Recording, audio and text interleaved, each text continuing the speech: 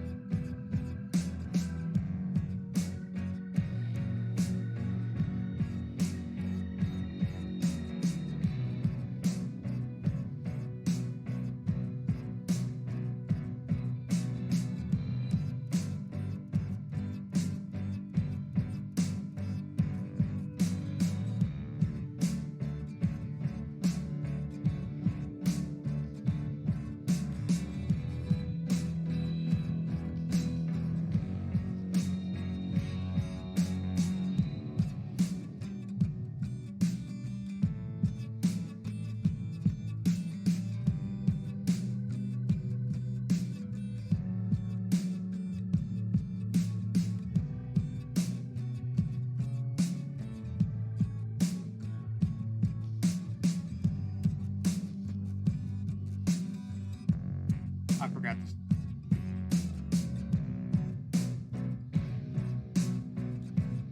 I forgot to change my clothes. Whoops. Whoops. One sec. One sec, chat. We're gonna start. You didn't see anything right here. Nope. You have just music. Yeah.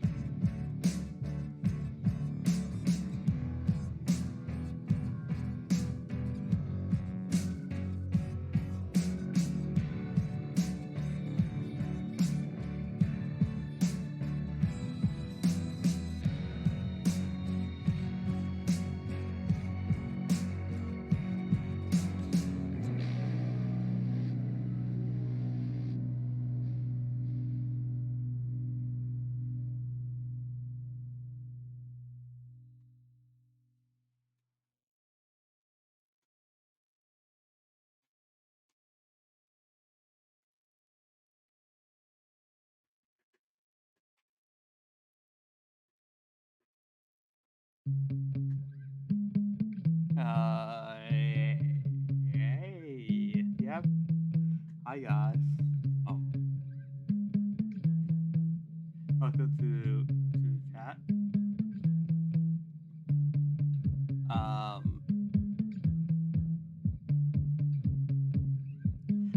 I'm kind of in a good mood today. I don't want to get into details. I just want to get a little bit cool. So yeah, good things happen. I'll just say that. And now I'm in a good mood. So yeah, how's everyone? Oh wow, I haven't ever like that whole weird light thing. Like, do you see that, guys? Yeah, you can see that. Huh.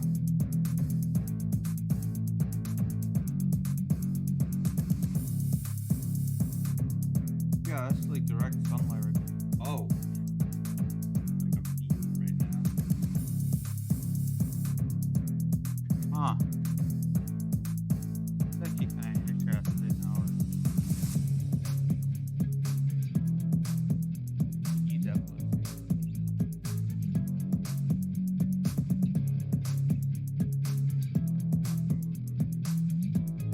nope. It's not that bad. It's not that bad. Anyways. Oh, you can see that.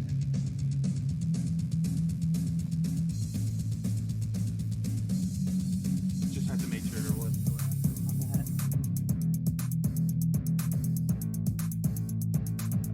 Sorry, that was just packaged for a little foreplay.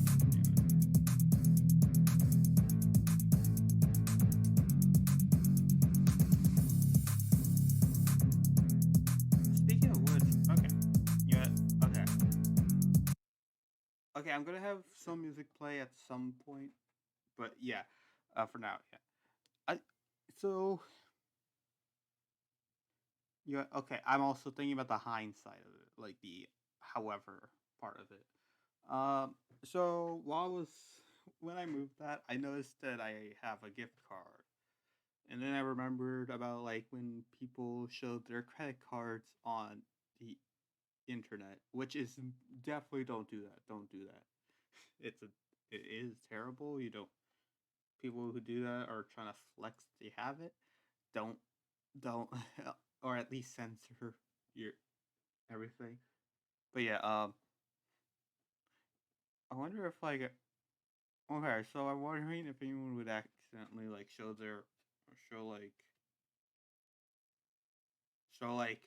like their gift card. This is the one I was talking about. I'm not showing you the back because it will undermine my statement. But yeah, basically what like if someone was to hypothetically show this, then like that would be kind of like a safe way actually, versus like the whole credit card thing where you get into debt. Um, and yeah, like I don't know because like I've seen people, even of course, like once they see a credit card on the internet, like they're gonna like just I don't know, they just suddenly just go at it and just purchase stuff, or at least or at least it was memed like that. Don't know if people actually do it, but who knows? Who knows? Either way, don't trust the internet, by the way. But anyways, with that kind of important stuff, I definitely will know that. Either way, either way. Yes. Anyway, so why I'm in a good mood? Well, we have a little surprise here, which I'm not going to show because I'm going to make it into a goal because this is eventually going to show up, by the way. I just want to show, if in case this happens, I'm going to show you a sneak peek. Right now it's currently locked and invisible, but right now you just see like the definitely intentional blank space. So, and yeah, like I can move this, but I can't move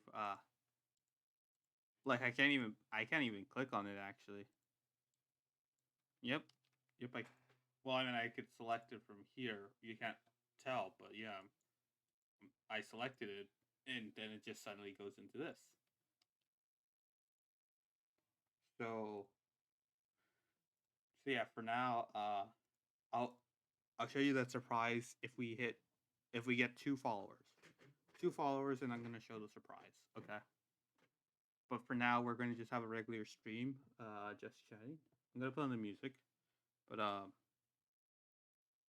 I'm going to put on the clean version. It's not the actual song, but Yeah. Sometimes I get so mad, there's no controlling me. My thoughts get so bad, I'm like, I might grab a bat, I don't know. My wrath, my blood boils over like, oh God, here goes. I lost all feeling from my head to my toes. You said some shit that I can't let go, so just stay tuned for the rest of the show. So have you ever felt betrayed? Switches how you see things, realize something needs change. Cause I know you got me up, let me show you what's up. Cause enough is enough. I'll take a face full of pain. I actually haven't heard this one, by the way. I know there's no turning back. Yeah. Oh God, adrenaline wasted, so mad I can taste it. I know Oh yeah. there's no turning back. I have some Legos. I'll do what it takes A box of random Legos. I'll put it on your face to make you go take it back. Sorry, I just had to lower it down.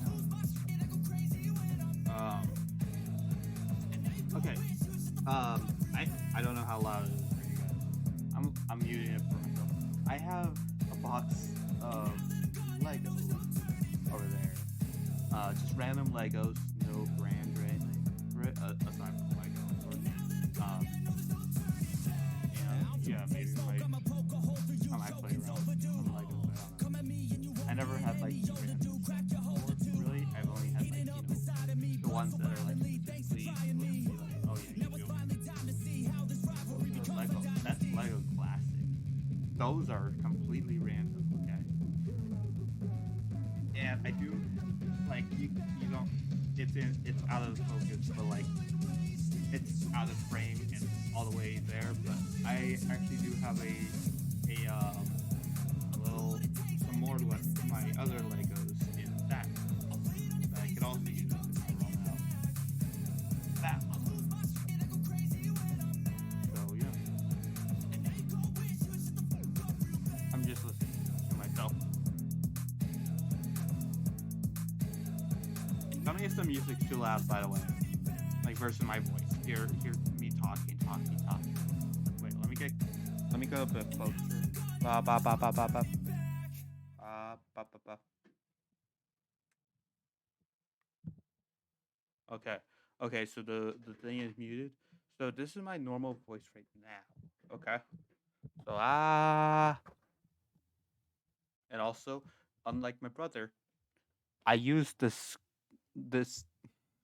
even though I'm very close to it, I use the screen. This is for Josh, by the way. Don't use the screen. You get the same thing once you like. I'm pretty sure you still get the same thing. But versus that, like he goes, I'm not. I'm not doing it. I'm not doing it. But you know, ah ah, like he just screams at the mic, purposely taking it off just to just to speak through it, and then like have like the dirty stuff on it forever because it's a device. Yeah. Also, I'm gonna higher up the volume to 9.4, negative 9.4. Yeah.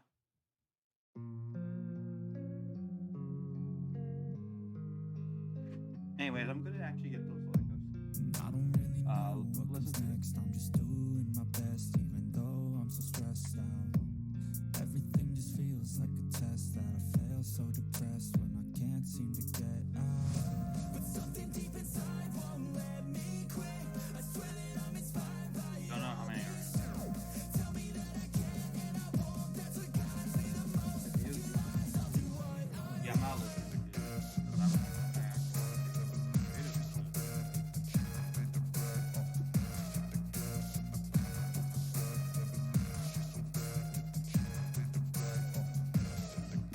but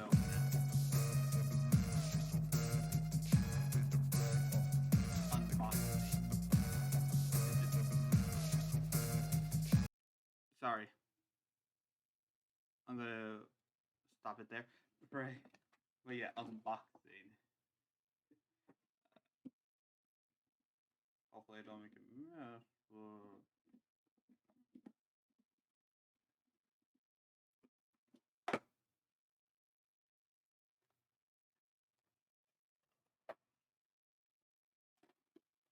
Oh, and they're kind of color coordinated. Oh my gosh, I got wheels. I got wheels. Sorry. Just like, I hardly have had wheels and stuff. Purple and white, green. Oh, I guess this is just a podium. I guess for some things. The orange and yellow, brown and red. Okay, just all the colors actually. Yep. Gray and just yeah. I don't know why I had to list them off like that, but yeah. And here are classic ones. Let's see. I'm just gonna scroll through them.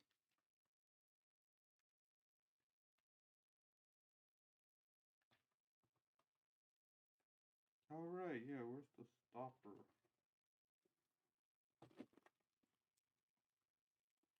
Did I get a stopper? Oh yeah, I did. Yeah, it's in the orange. Okay, of course it is.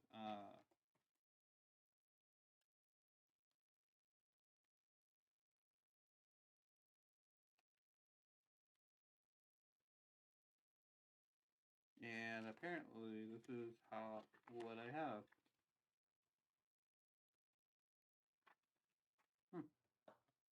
Anyways, I'll pick that up. I'll pick that up actually. Yeah. Let me put on the music while I do that, but let's go. I thirst, I'm inspired by worth. I desire your worst, so you can just hide while I work. I ain't tired, you first. I'll write a second, third verse about the lies you go disperse. You never did I know it hurts. But something deep inside won't let me quit. I swear that I'm inspired by all this. Tell me that I can and I won't. That's what guides me the most. Your eyes, I'll do what I want.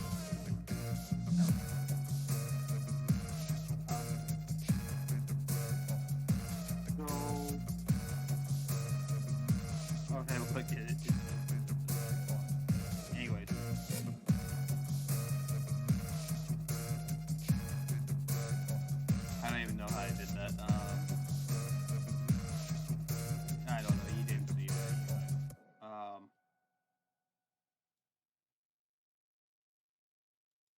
So yeah, I guess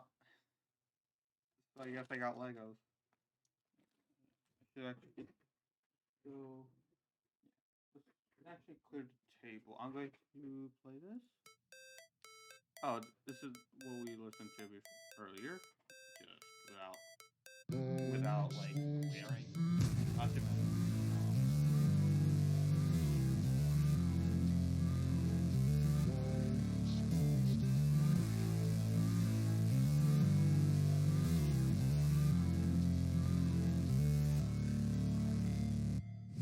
Never break, always fight, never quit, do it right, play the game, win it life, have no shame, there's no time, feel the pain, live the grind, I could change, in my mind, pick a lane, commit and climb, the only way to win it life, I never miss, that's fact, taking big swings, put your hand in the bag, put me in the ring, or go out in a bag, cause I sing what I mean and I bring it to the mad light, ain't got time to kill, I got time to feel, I took the red pill, I know life's short so I wanna live real, but how's it supposed to feel? Oh yeah, it says card number. Okay. Yeah, but I'm not letting you because I respect Baskin Robbins. Like, oh, sorry about sharing names. I really feel like I'm being overtaken by it. Sorry. I'm sorry for any names right now. My infuriating. Actually, I don't know why I said this. I'm sorry. They wanna say my name, but they holding back. They wanna say they hate, but they know it's cap. I ain't play no games, I just do that's fact, and I don't feel no shame. It's a mood you lack. I go crazy, nah, but I ain't lazy. Track after track, I work on the shit daily. Pass me the jack, right as fuel, got me hazy. About to unpack all these things I've been chasing. I've got visions in my head, like memories after I'm just death. To done. be a legend instead of something you can forget. I'm living up every breath. I'd rather leave. Actually, wait. Okay. By the way, I want to. So I've seen so many people review their own knife collection, which I guess is fine. I guess I could kind of relate with this whole thing right here. But I kind of want to see some people talking about like multi tools because, like, there are a lot of impressive multi tools out there. Uh, like mine, I guess turned into these. I can't remember pliers. Like these are pliers.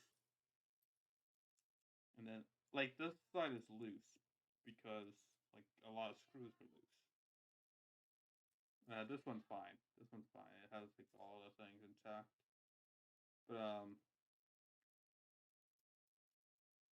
yeah. Yeah, I want to see people, like, talking about, like, their multi-tools or something. I don't know. I think it should be out there. And, yeah, like, it's an impressive thing to have, like, multiple tools on your hand. Like this. Like, I feel like both how like what kind of tools you have and also like how compact his I feel like would be like how you flex your multi tools. But I don't know. I haven't seen anyone do that. Let me know if there are any like multi tool flexors. I'm not too into these things, but like, eh. Let's go back to music because that was just a little rant. I'll fill the seats as I spread with every word that I've said.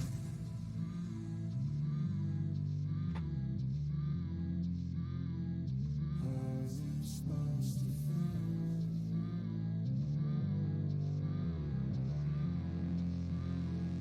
How's it supposed to feel?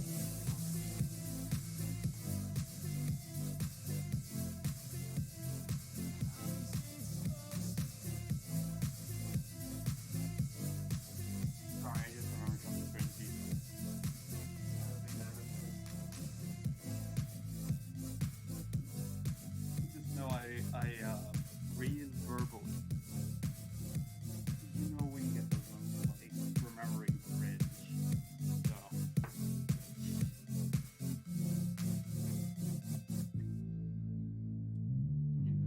yeah.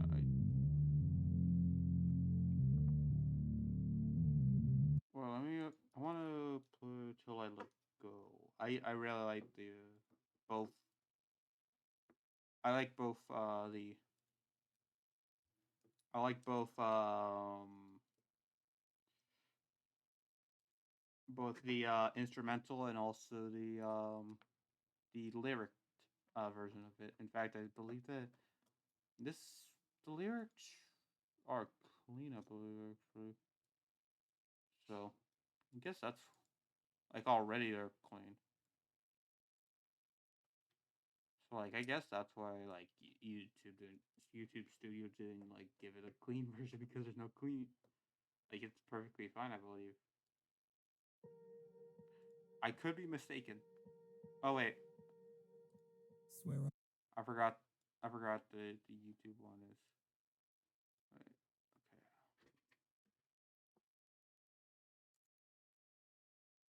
okay. Yeah, that's good. That's good. All right.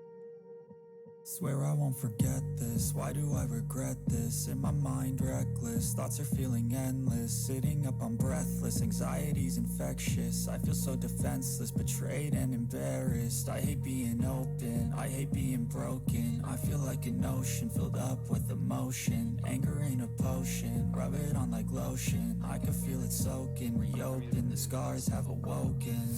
I can't move on till I let go. I feel so lost, never at home. Need to be strong, every breath hold. Cause I can't move on till I let go. I can't move on till I let go. I feel so lost, never at home. Need to be strong, every breath hold. Cause I can't move on till I let go.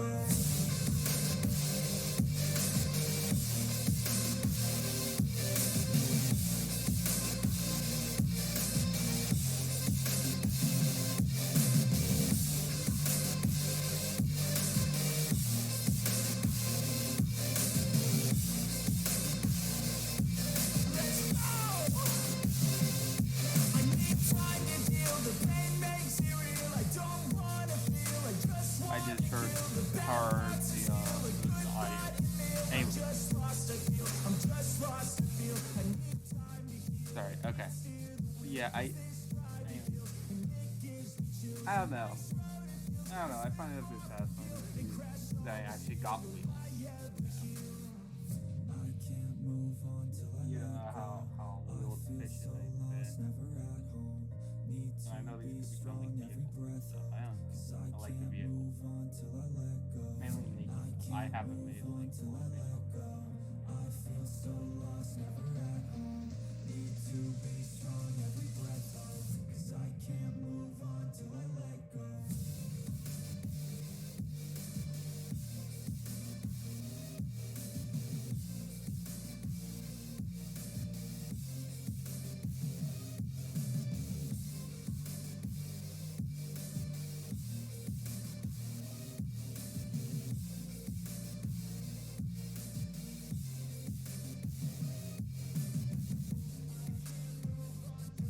If I didn't make anything with Legos, wait.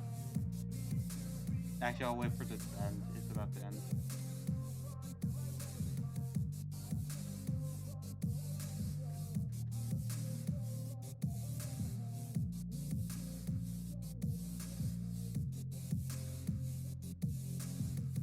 I can't move on. Okay. Okay. So yeah, if I didn't make anything this stream, no, I made this.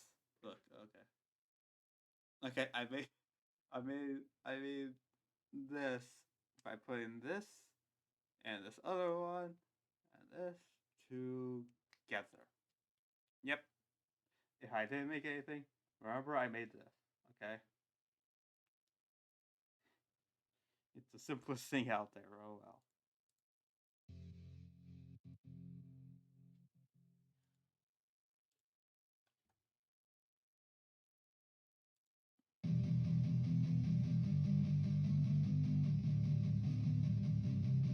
Oh yeah, I remember.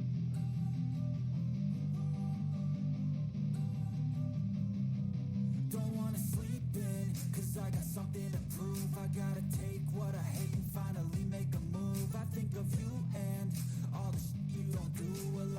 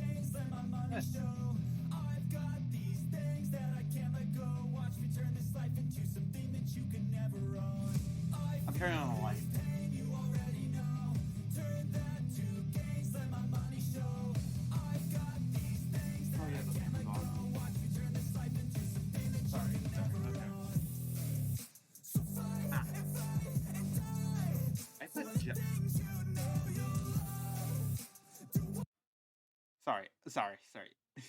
I put gel on today, by the way, and it still does like that weird poop. Like I don't know what to do with this. I mean, you know, this profile picture looks like it, but I don't know. Just I don't like my little M shape. Oh well.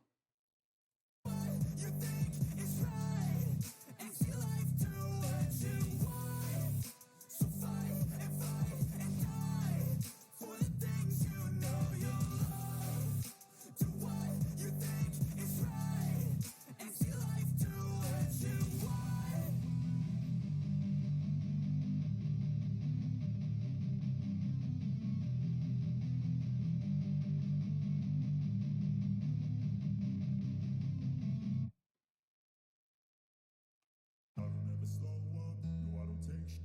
I got no love for the fakeness. If you wanna play tough and wanna hate this, I'll always show up. I don't ever slow up, no I don't take shit. I got no love for the fakeness. If you wanna play tough and wanna hate this, I'll always show up and make a statement. I don't ever slow up, no I don't take shit. I got no love for the fakeness. If you wanna play tough and wanna hate this, I'll always I'm gonna pick that up before I accidentally. I do so instinctive and so passionate. Every word I move so descriptive like an adjective. I got a vendetta against people who patented being negative when you should be getting after it. I got facts over tracks, this and that, spitting slow, spitting fast. I could roast, I could gas, think I'm okay at last, but I don't know if that can erase all the past and the pettiness. A reflection of the emptiness, hilarious. You think you're worth my time, you're delirious, mysterious, because you hide behind a fake exterior, inferior. You know I'll always be a bit superior. Get off of me, this ain't no humble brag. I want you to hear words, you can say them back. I want you to feel free from the chains that last, and to believe in what you got, it was built to last, yeah. Now that I've been put through, I never got anyone's help. I had to do it all myself. All right, I got the wheels. I got the wheels. Okay, so now I'm gonna build. Hopefully you'll see it. Wait.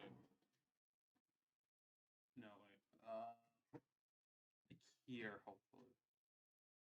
I'm going to just do it naturally, and then I'm gonna look on my phone. See? I don't ever slow up, no I don't take shit. I got no love for the fakeness. If you wanna play tough and wanna hate this, I'll always show up and make a statement. I don't ever slow up, no I don't take shit. I got no love for the fakeness. If you wanna play tough and wanna hate this, I'll always show up and make a statement. Gonna learn the consequence of being incompetent. Mental health is confidence, dreams and some honestness. I'm not here to save the day, that's for you to take away. I could play a million mind games, but instead I say something not illogical, something that is topical. Rub it on and watch it go, make yourself unstoppable. Oh yeah, you can see it. You can see But it. they're always possible. If you just believe, you could be so remarkable. Thoughts in my head, a collage and they spread. I'll be great one day, going off of my meds. No, I'm not giving up, no, I'm not giving in. I will make it to the top, taking off in the wind. I gotta make it. I'm saving every day to taste it. I'm patient, but my mind, it can hardly take it. I'm chasing a dream that I've had for several ages. A vacant modern kingdom for the taking. Now that I've been put through, I never got anyone's help. I had to do it all myself. You get it. I don't ever slow up, no I don't take shit. I got no love for the fakeness. If you wanna play tough and wanna hate this, I'll always show up and make a statement. I don't ever slow up, no I don't take shit. I got no love for the fakeness. If you wanna play tough and wanna hate this, I'll always show up and make a statement. Had to see it. No I don't take shit. I got no love for the fakeness. Okay, now I'm gonna have to look at my now I have to look at stream delay.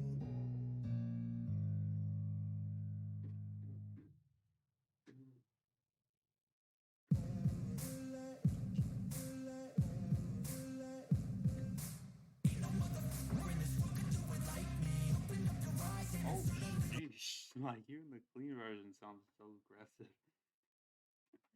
Sorry, oh my god.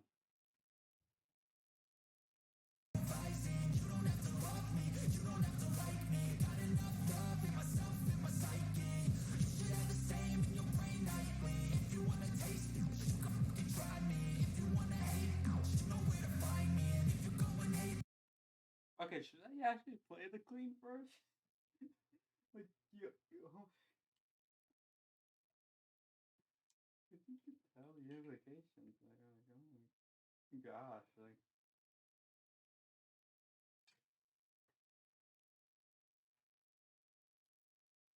I'll play it.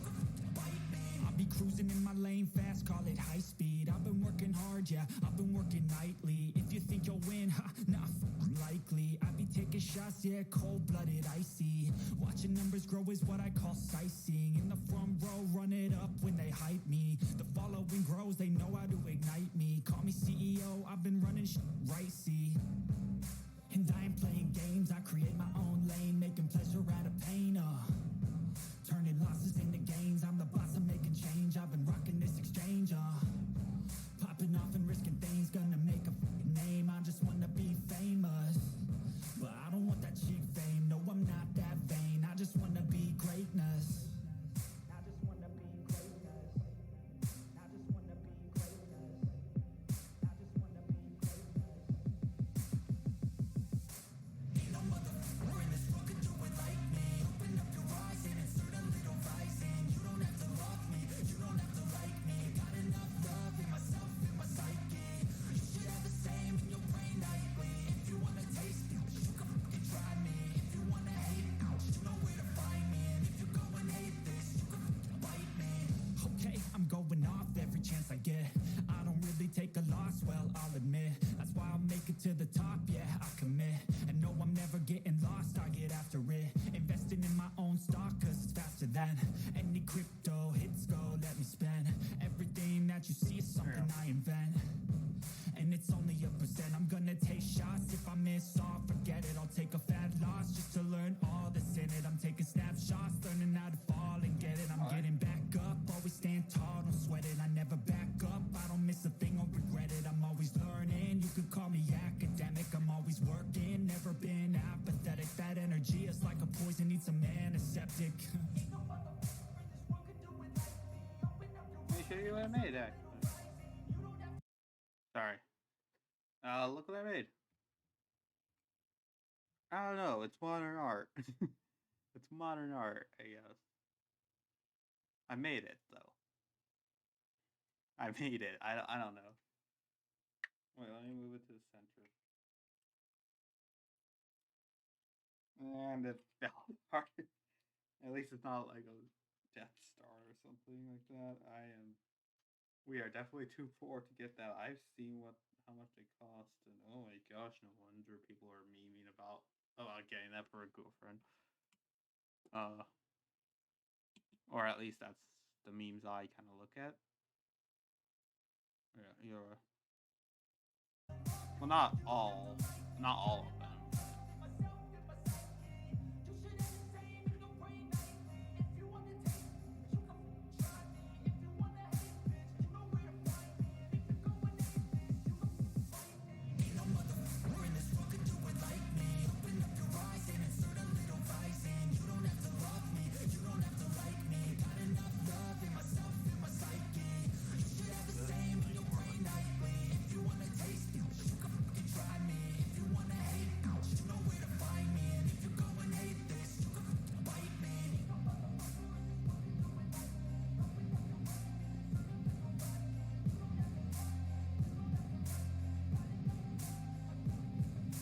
Wait, I thought I had more colors. Oh, wait, no, they're in these. I feel nauseous, believe me. Never had a lot of shit come easy. Had to work hard, struggle just to be me. Had to rise up just so they could see me. Did what I had to do just to feed me. And what was left over I put towards my dreaming. But the only thing in life that has meaning are the things you gotta work for, believe me. Take into your hands a plan, your own hands can land your own brand. And damn, I feel like no one takes accountability. They want the credibility, convincingly unwilling to put in the hours it takes to get some power. Don't be fucking sour, take a cold shower, scream until you're louder, work until you're prouder, and all the doubters.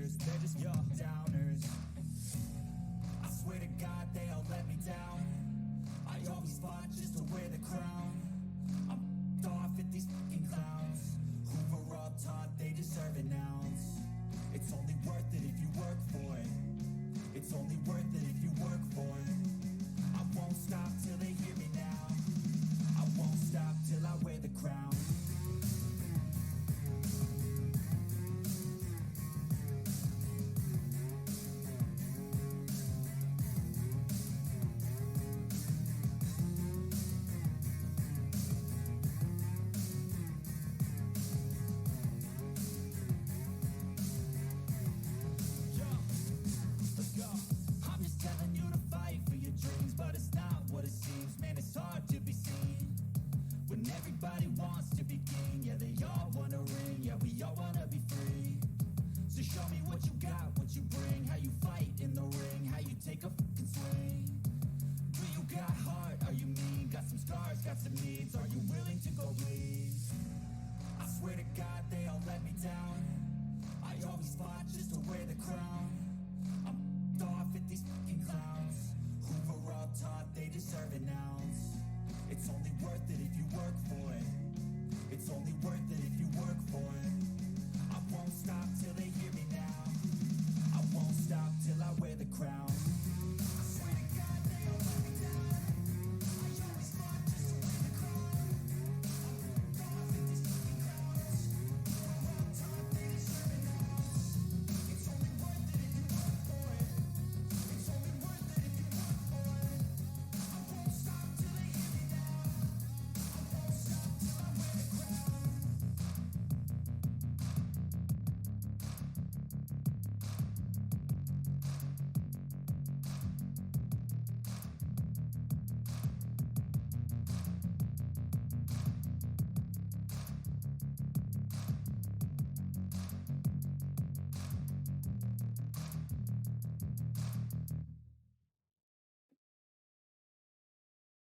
Wait.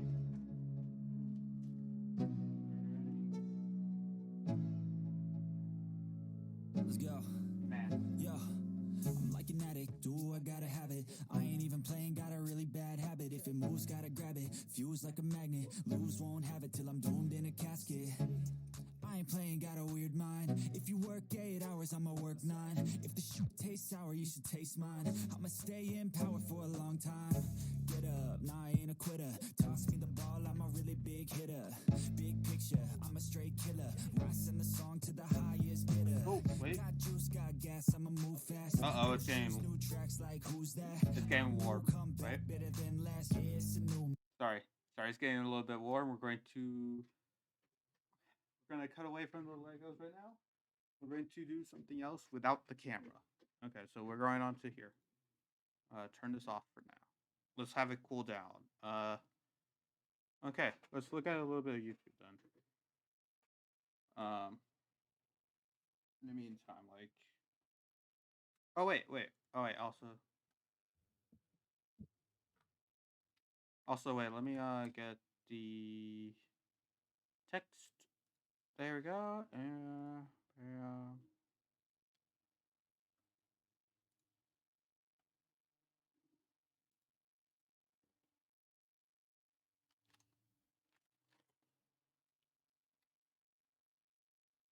Okay, so 2 new follows equal surprise and smile. Okay, let me put up the size. About that much.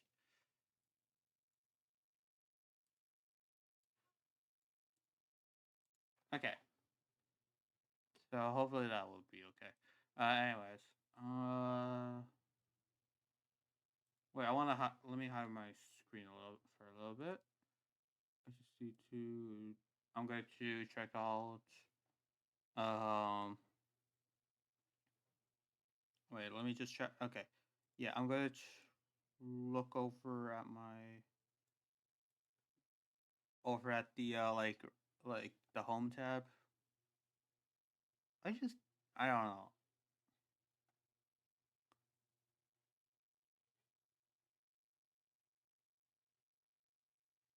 No, that would be. I'm just trying to check which one would be fun.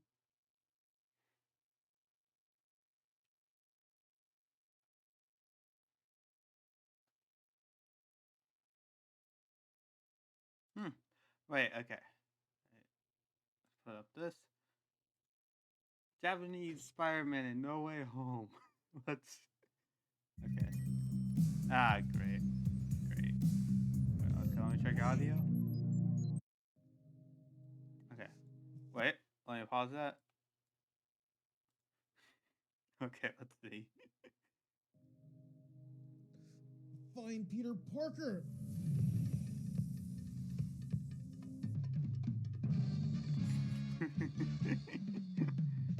Oh, I haven't seen it. Who the hell are you? 地獄からの使者スパイダーマン What? That's your Spider-Man.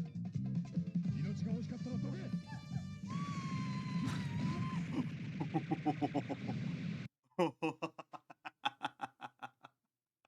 Oh gosh, I don't know. Hey everyone. スパイダーストリート父とガリアのクソス Your your trashy nods. wait a second. Wait. Oh wait. Oh wait, we get to see the Toby scene again, but Hey everyone. he just goes backwards. But anyway, スパイダーストリート Spider, 父とガリアのクソス you're trash. Yeah. Mm-hmm. I'm pretty sure it's supposed to be he's impressed. スパイダーマン Spider-Man. Yeah. Okay. I don't want to look too much into this, just in case I get copyright for reasons. But still, yeah. Let me look more into YouTube. Oh yeah. Also, okay. The human spider. Oh wait. Okay. Wait. I'm going to just the human spider. There that many subscribers that I don't have. He's gonna put some bullets in your eye. Yep. Anyways, back to my history. Wait. Oh wait. Oh wait. It did both. Oh good. I can't check. I can't check if that actually showed it, revealed anything or not. I don't know. You know what, actually I think that's very useful that what is it? That I got the whole control H and R are like the same thing.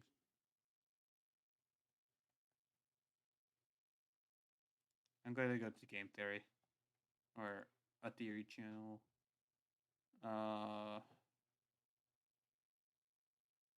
In that one video one video thing should be enough.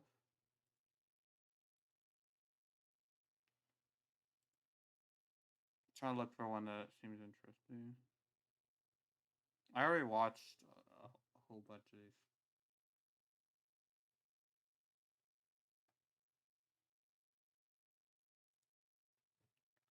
Okay. Wait, I just want to see who's. Okay, so yeah. Okay, so let's see. This for this. Minecraft is keeping on brand or Markiplier. Let's go to this one. Oh, cool, Moon Knight. Good show. But anyways, I'm here to help you. also I'm glad that they actually showed like like pretty much everything in that trailer, which basically means like if you didn't watch the show, well, rip, you just got an ad that revealed like so many spoilers.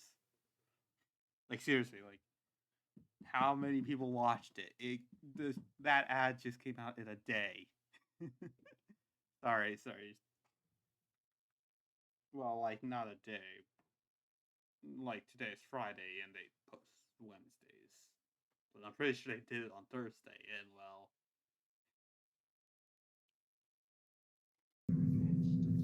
Just like old times, eh, Captain? Always did have a choice. You have a choice here. This is the final confrontation.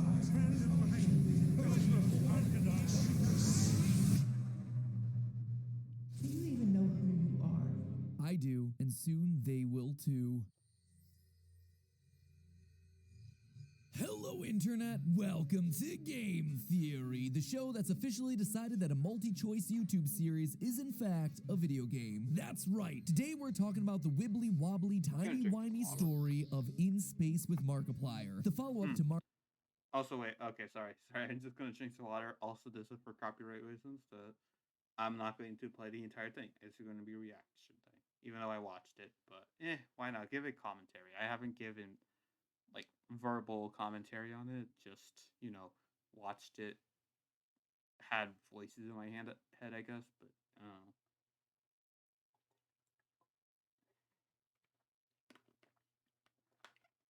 all right, go watch it. Mark's first YouTube original, A Heist with Markiplier. Both projects have you teaming up with... Nah, I don't think I would watch Heist. Just because. Yeah, In Space is a little bit more interesting than what I would assume what Heist would be, where you essentially would kind of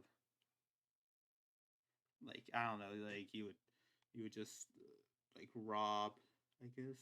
I mean, I'm pretty sure it's like there's a deeper cut to it, but like, I don't think I would want to do a heist just because, like this versus this, like literally someone is fainting as I pause this, like what are those gauntlets or something, and then we just got this guy. I mean, okay, this is high production, this is low production, but that's fair. But I'd still watch this, which I have. I have actually did part 2.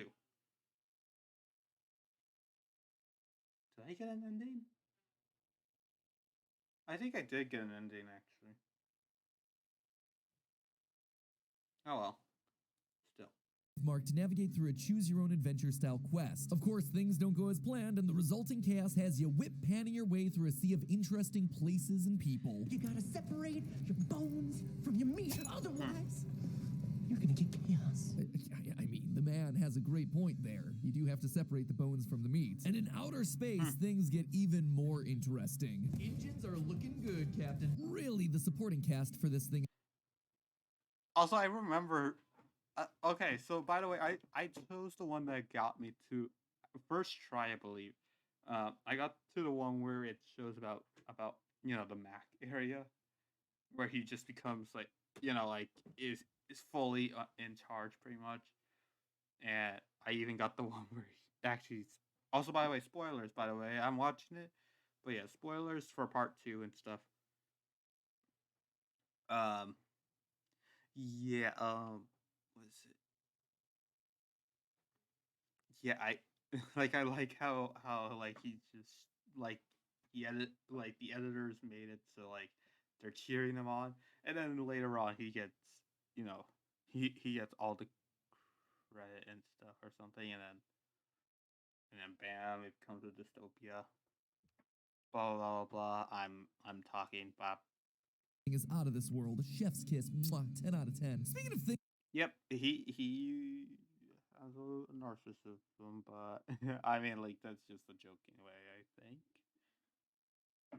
Things that are out of this world, seamless segue for the win. As you might expect from anything sci-fi, In Space doesn't just mess with branching pathways, but also with time loops, wormholes, and the multiverse. All concepts that boil down to one thing: lore. Now, if this was any other project, I probably wouldn't be making this video. Sure, there's lots of branching paths and cool Easter eggs hidden inside of them, but the lore would be right there for you, available for anyone that's diligent enough to dig through the various decision trees. But this is a Markiplier project, and if you've ever seen my past videos on Markiplier, the projects he touches tend to have a bit more bubbling underneath the surface. For the uninitiated, Markiplier has quite a large amount of lore on his channel, with characters ranging from Wilfred Warfstache to Dark... Yep. I'm just gonna say yep to that, actually. Never mind. I don't know what I was trying to commentate on just now. Wait, does this have an eyeball? I just realized my Legos have an eyeball in the pink collection. Like,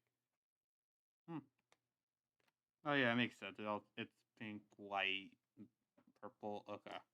Sorry. Markiplier. Characters that started off as little one-off jokes that eventually became fully fleshed out with their own backstories and motivations. We've dissected some of this lore before, but with In Space Part 1 being Markiplier's biggest and most ambitious project ever, I suspected that these personalities might be making a return. Sure, you can play through In Space to kill off Mark as many times as you want. Totally fine. If that's what you want to do, great, go for it. But there were also moments that kept setting off my theorist senses, namely the constant or one-off lines that seem to imply a greater history to this world. Lines like, Do you even know who you are? sprinkled throughout told me that there was a mystery here. A big reveal waiting in the wings to happen in part 2. Also, so I dug in. And let me tell By the way, you can't see it, but I'm also building Legos. Like I'm just fiddling around with the Legos. I'm just playing around with them. Okay, I'll show you what I made it afterwards. But yeah, hopefully it shouldn't be like something like a full-on city or something. I don't know. I make no promises about what I accomplish.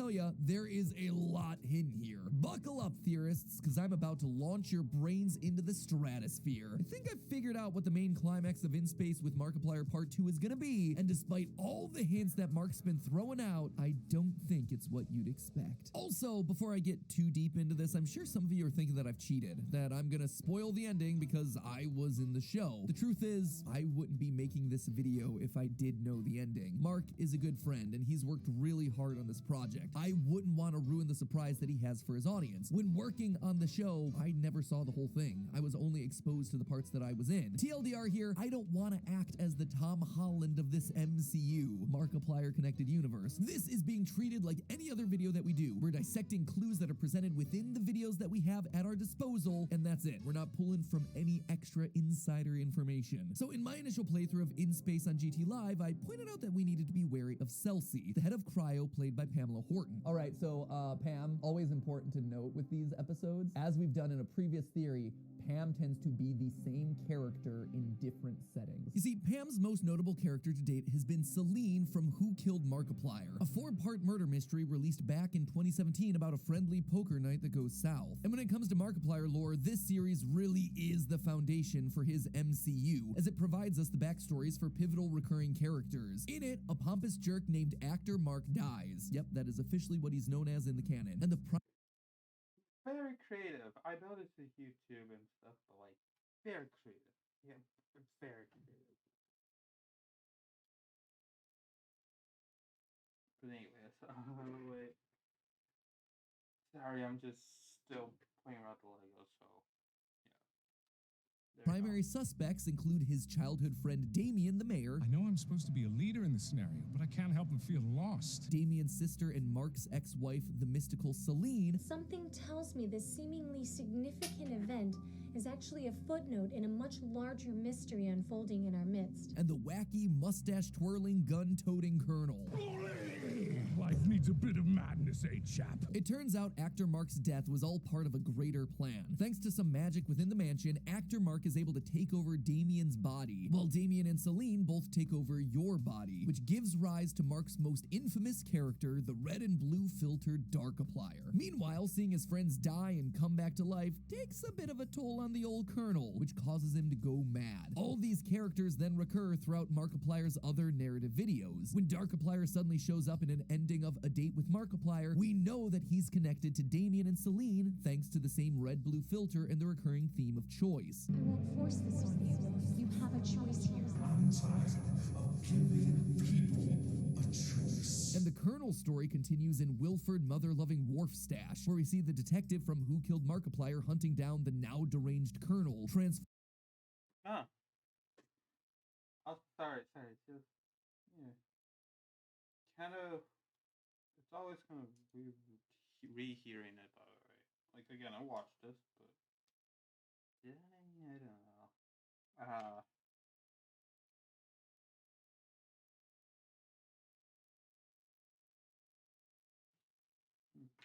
Actually, I want to deconstruct this. Sorry. Okay, back to the video. Sorry. formed Bop. into the reality-warping killer/journalist Wilford Wharfstash. Name after name after name, just so you could distance yourself from the real name you should be called. Murderer. Wow. There we all are. How the hell did you do that? So, when In Space features a surprise appearance by Wilford boogieing down to 70s music wearing largely the same outfit he was wearing in Mother Loving Wharf Stash, you know that these cannons are going to be some. Oh, bad. Okay.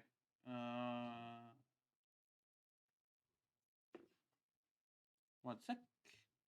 Actually, if it's skippable, How connected. Given those please, come on, be skippable. Yes, okay. You always wear a suit to the dentist? Yeah, man, this is serious stuff. We're talking about my pearl.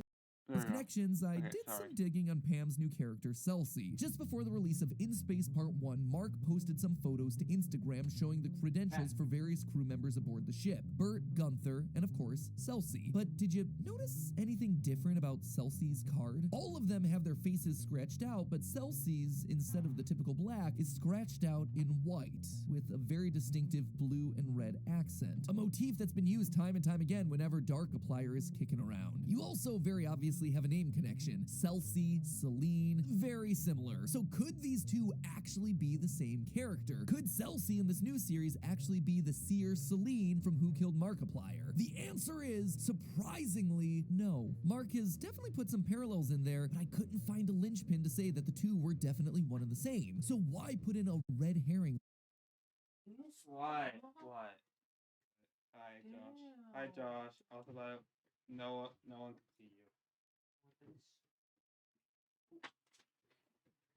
Why did you break it?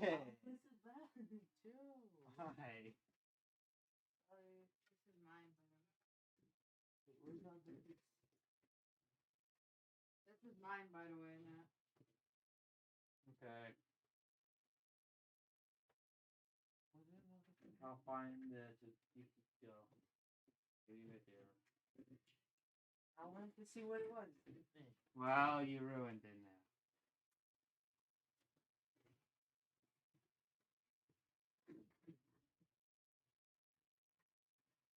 Sorry, yeah, I'll fix it. And I'll show you. Like that. Well, just because Celsi isn't Celine doesn't mean that Celine isn't aboard the ship. During In Space, if you choose to fire all weapons at the wormhole, Mark opens a locker that's covered in post-it notes. You've got references to Tiny Box Tim, Wharf Stash, Mark's undying love for the captain, but take a look at the bottom post-it. It says, Doreen Celsi Connection. Okay, we've talked about Celsi, but then who is Doreen? This one's not super complicated. On our tablet, we have a list of crew members with the name Doreen L. Whitaker on it. Later, when an old woman glitches into reality to offer us some cookies, Mark refers to her as Mrs. Whitaker, so I think it's pretty safe to say that they're one and the same. But what does that have to do with Celsi? Or Celine, for that matter? Well, take a look at Doreen's clothes. The outfit Doreen's wearing is a flowy black dress covered in a celestial pattern, stars, planets, that kind of thing, which is incredibly similar to the dress that was worn by the mystical Celine throughout Who Killed Markiplier. But that's not all. In one of the secret endings, Doreen appears and says some very familiar sounding lines. Sorry. I'm gonna pause it. Josh, you can see it.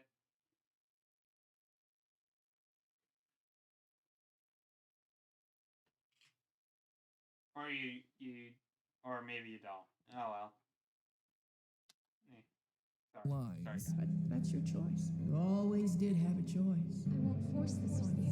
You have a choice here. Celine as a character has always been about choice, talking about giving us a choice or a lack of choice that we have, so it's important that Doreen is saying these exact same things. And finally, Doreen gives us this very important line. So, Mrs. Whitaker, we need you to get in the asteroid. No, I'm not married anymore, young man. A fact that gets repeated a couple times. I told you I'm not married anymore. Why make us so aware of this detail about a seemingly random character? Well, it's designed to point us in the direction of another character we know, the only other main character within the franchise to be divorced, Celine. She was divorced from the actor Mark in Who Killed. In short, Celsi was the logical stepping stone, a hint from Mark to us theorists that Celine was in fact here, just not in the body that we expected her to be in. Not in Celsi, but in Doreen. So Celine is here, and Wharf Stash is definitely here, then where are the other characters from the story? Where are actor Mark, and most importantly of all, Darkiplier? Well, back in May of 2019, Mark released another video as part of his Markiplier connected universe, Damien. This video, if it wasn't obvious, focuses on the character Damien and the frosty limbo that he and Celine exist in after the events of Who Killed Markiplier. In it, we see Damien going through a looping same cycle day after day until his routine is broken by the evil actor Mark, narcissistic as ever and obsessed with having someone play the villain to his hero. You don't realize this place is a dream, a never-ending starring role as the hero. But what is a hero without a villain? You honestly think that you're the hero in all of this? Well, of course I am. In the end, Celine cedes control of Darkiplier to Damien alone so he can get his revenge on actor Mark while she goes to rest. You can't come back from this. It'll change you. Well, he did say he wanted me to be the villain. Maybe he should be more careful with his wishes. Notice the language here, this repeated emphasis on the battle between a hero and a villain. Now look at In Space Part 1. At the start of the story, when we're introduced to our head engineer and primary Mark, he gives us lines that seem to imply that we go way back. Just like old times, eh, Captain? And then later, in the majority of the endings, we're confronted by an old version of Mark, one who again seems to share a long history with us. Friend of mine.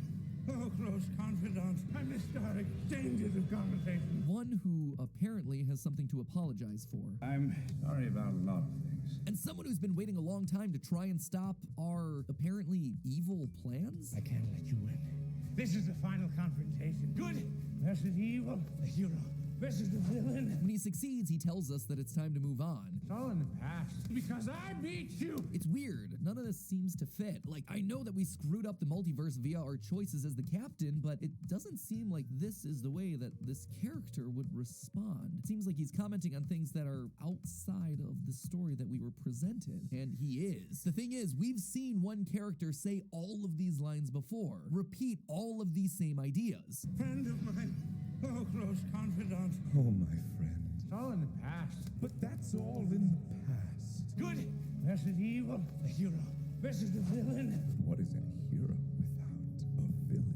This isn't just any Mark, this is actor Mark. He's now in the role that he's always dreamed of. He's the hero. He's the one that gets to save the multiverse from evil. Mark put it like this during his breakdown of Damien. He's in this world where he gets to play out the leading role of any story he wants. He can't imagine other people not loving that. He's just a narcissist. He can't even imagine that he's wrong. But then why is Mark so determined to defeat us? It There seemed you like the go. captain was meant to just be us, the viewer, put into this adventure, but I'm not entirely convinced. Again, I'm sorry. I get kind of distracted, so I'm just playing around with the Legos. Don't worry, guys. I'll show you the Legos afterwards. Just let you know that, but for now, yeah.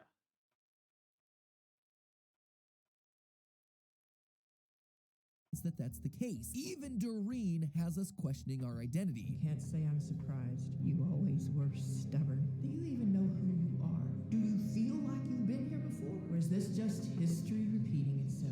She knows us. We are Damien. We are Darkiplier. Someone Celine always thought was stubborn, someone who's been stuck in a repeating loop of events, someone who keeps being told that they need their rest, just like the signs next to our cryopod tell us. Get some sleep. You look tired. In fact, there's a lot of small stuff hidden in here too, like how in Who Killed Markiplier we get this line from the detective. Maybe I shouldn't have trusted someone so goddamn gorgeous. And in Space, we regularly hear things like, One could never laid eyes on a creature so handsome and or beautiful. We are once again considered attractive. This is why, despite the fans crying out to see Darkiplier as a part of the series, he's yet to show up. We've been inside his body the whole time. We've been looking through his eyes. It's also why actor Mark is so determined to be.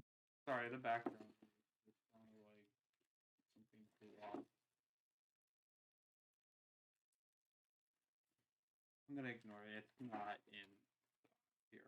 Us. Notice what happens during all the endings of part 1. We're sent to a place outside the known universe. Be advised, designated location outside known universe. I know. That's the point. A black void with blue lighting. But is it just me or does this look a little bit familiar? Like say the black nothingness with blue that we see enveloping Damien in Who Killed Markiplier. Or again, in the ending of the video, Damien. The problem is, we don't remember who we are. On multiple occasions, we have Celine in the body of Doreen trying to jog our memories. Makes you feel like you've been through all this before. Do you understand, dearie? She's trying to bring Damien to the surface. She's trying to remind him of who he is and what he has to do. And so now, with the universe being rebooted, I believe that's exactly what we're going to start to see. Damien beginning to remember. Darkiplier becoming who he was meant to be. The reboot means the stage is now set for Actor Mark and Darkiplier to have their final showdown. After all these years, they can finally put to rest this quest for revenge that's been keeping them going for so long. Recently, Mark released a teaser for part 2 full of codes that translated to, quote, 7 gods aligned, a key formed from their union. The lock hides in time. 7 gods, you say? Remind me how many characters were in Who Killed Markiplier? Oh yeah, 7. Celine, Damien, Wharfstash, Actor Mark, even the detective, the chef, and the butler. The last 3 of which appear as frame-perfect glitches in the endings of In Space. Basically, what I expect we're building towards is a reunion of all these characters towards the true canon ending of the whole series. An ending that'll put an end to the Darkiplier Actor Mark feud. Or maybe reverse time back to undo the events of Who Killed Markiplier. That is why we've been getting all these noir-themed hints throughout his recent videos. It's a callback to the overall tone and noir moments of Who Killed Markiplier. We're building to the climactic ending of the Markiplier cinematic universe. An ending that leads us back to where it all began. But hey, that's just a theory. A game theory. I'll see you in space on May 2nd. It already happened. When was this? April 30th. Okay, so yeah, 31st. Anyways, let me show you what I made. Okay. So first of all, again, I made vehicles. Because again, I like vehicles. I was trying to look for another one of the... Wait. I was trying to look for another one of these pieces, but I couldn't find anything like it, so... Yeah, but either way, so yeah, like many windows we here. It has like wheels. They all go. Oh wait, you can't see it, but like they all are in tandem. It doesn't move too great. But wait, let me separate this. Now it's just a 4. Yeah, that works better. It's not in tandem anymore, but like. Actually, wait. Let me see what I can do. Actually, let's see.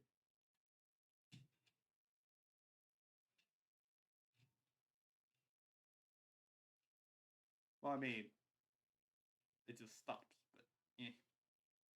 Either way, it also becomes that. It could also become that.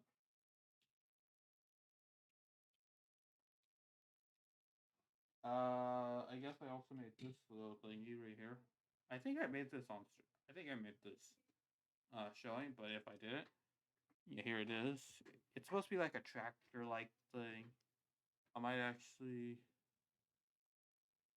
Wait, so what's actually wait?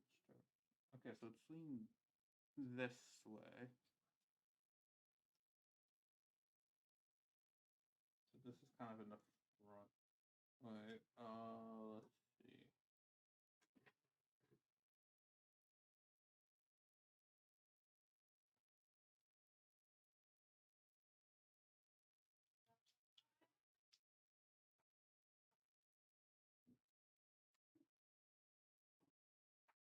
No, that's too large.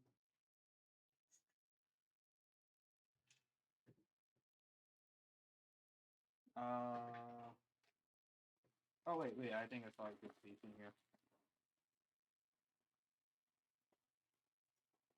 If not, I guess I'll unlock new.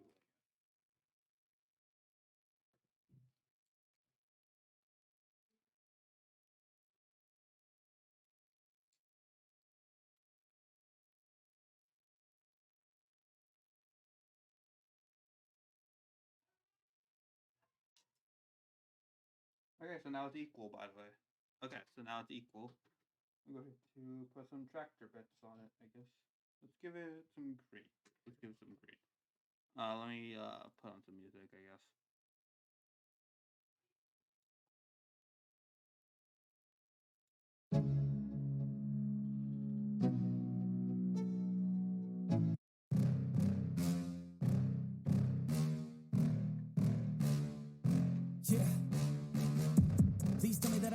won't, that I'll fail, that I'll never make it out, yeah.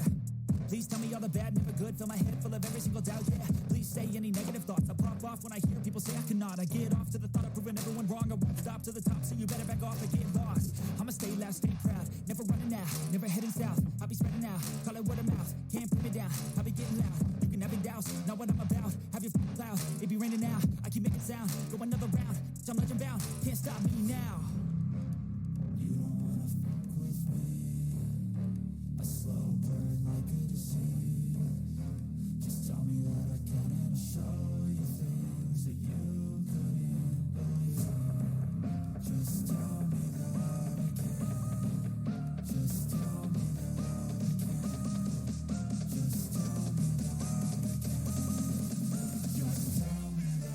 I can.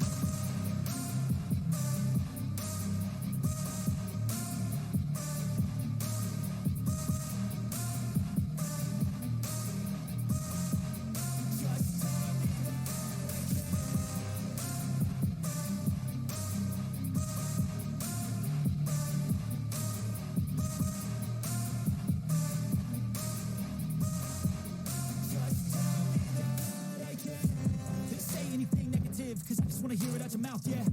Give me fuel, it's a tool that I use to go ahead and run my mouth, yeah.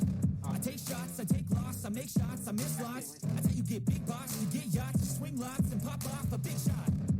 I ain't done chasing, got big dreams, bigger things, impatient. Who's at the top think they need replacement? Who's Let me put it back to the... I don't give up quick, I don't give up, I won't give up this. Cause I know that I want it, know that I'm on it, I'll make it, I promise. Sorry, okay. So, yeah. I found like a little piece. Oh, I got this.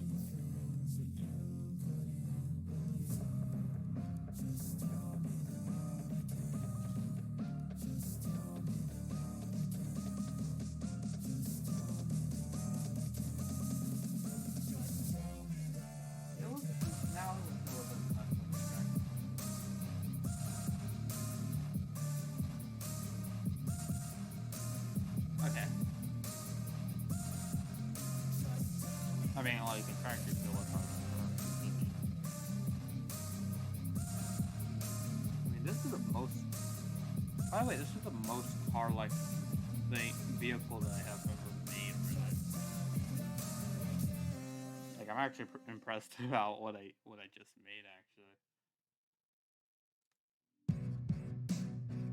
Oh, yeah, okay, sorry. Gotta listen to my own intro for some reason.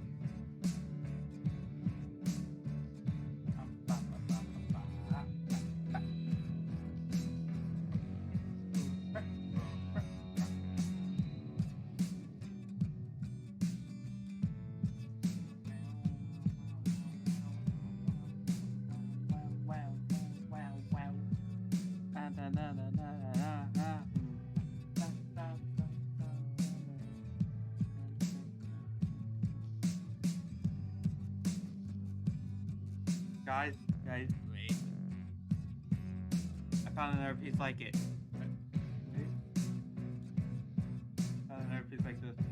Make it go like this. Now it's go both ways. Yeah.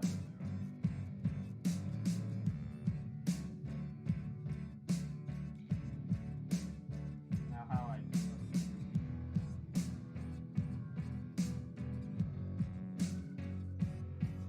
Oh no, I can't get it.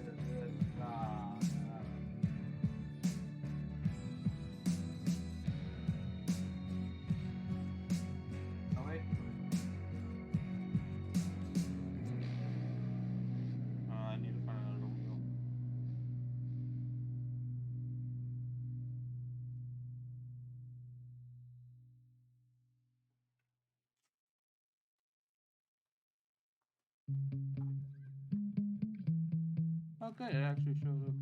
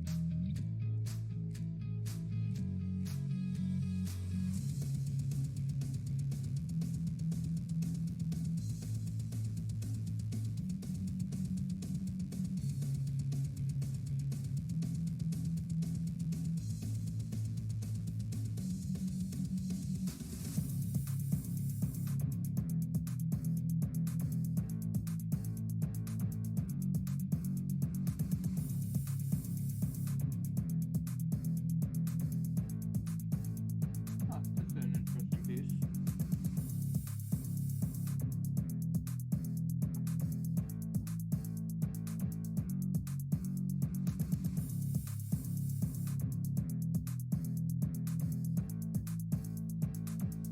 Actually, I want to.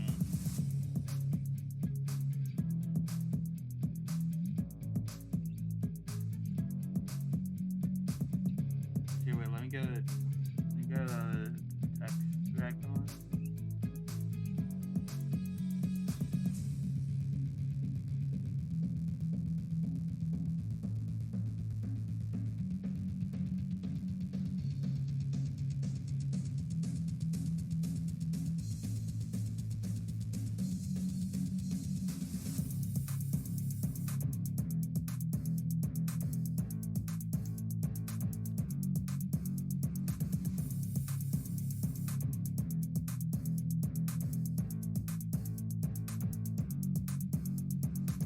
Actually, wait, that's a little bit too large.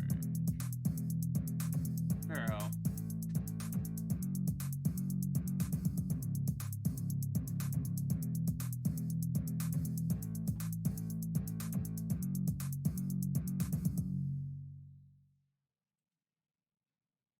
Oh, wait, let me. Girl.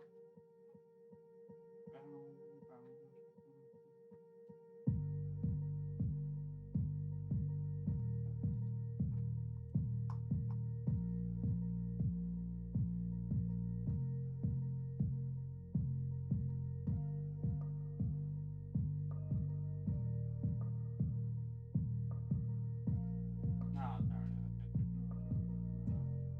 Where? Yes, babe.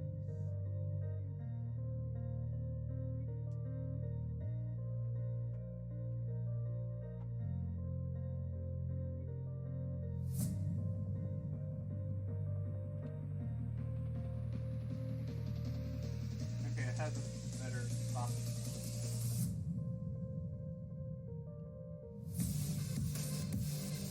Okay. I'm gonna make them both the same though.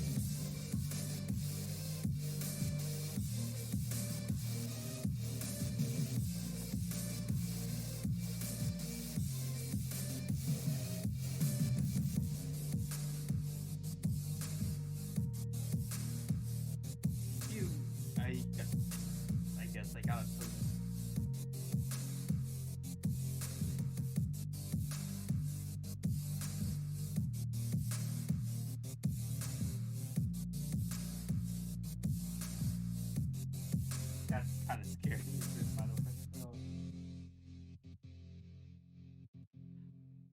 I should watch SCP actually. Wait, sorry. Oh, whoa. Okay. Actually, by the way, I want to watch. I'm gonna still have my face cam on, but I kind of want to watch some SCP. Actually, I just remembered I watched that like a while ago. Okay. I just kind of want to watch. Sorry, sorry. I just got it. I just remembered. I just remembered that existed, and we could watch that. Sorry, it's just I forgot about that. Sorry. Attention disorder. Okay, so let's see.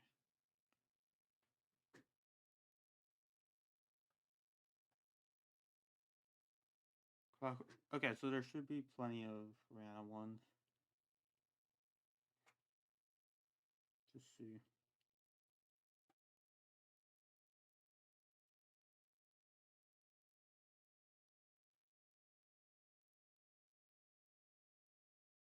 Actually, oh, actually, it's cool. Sure.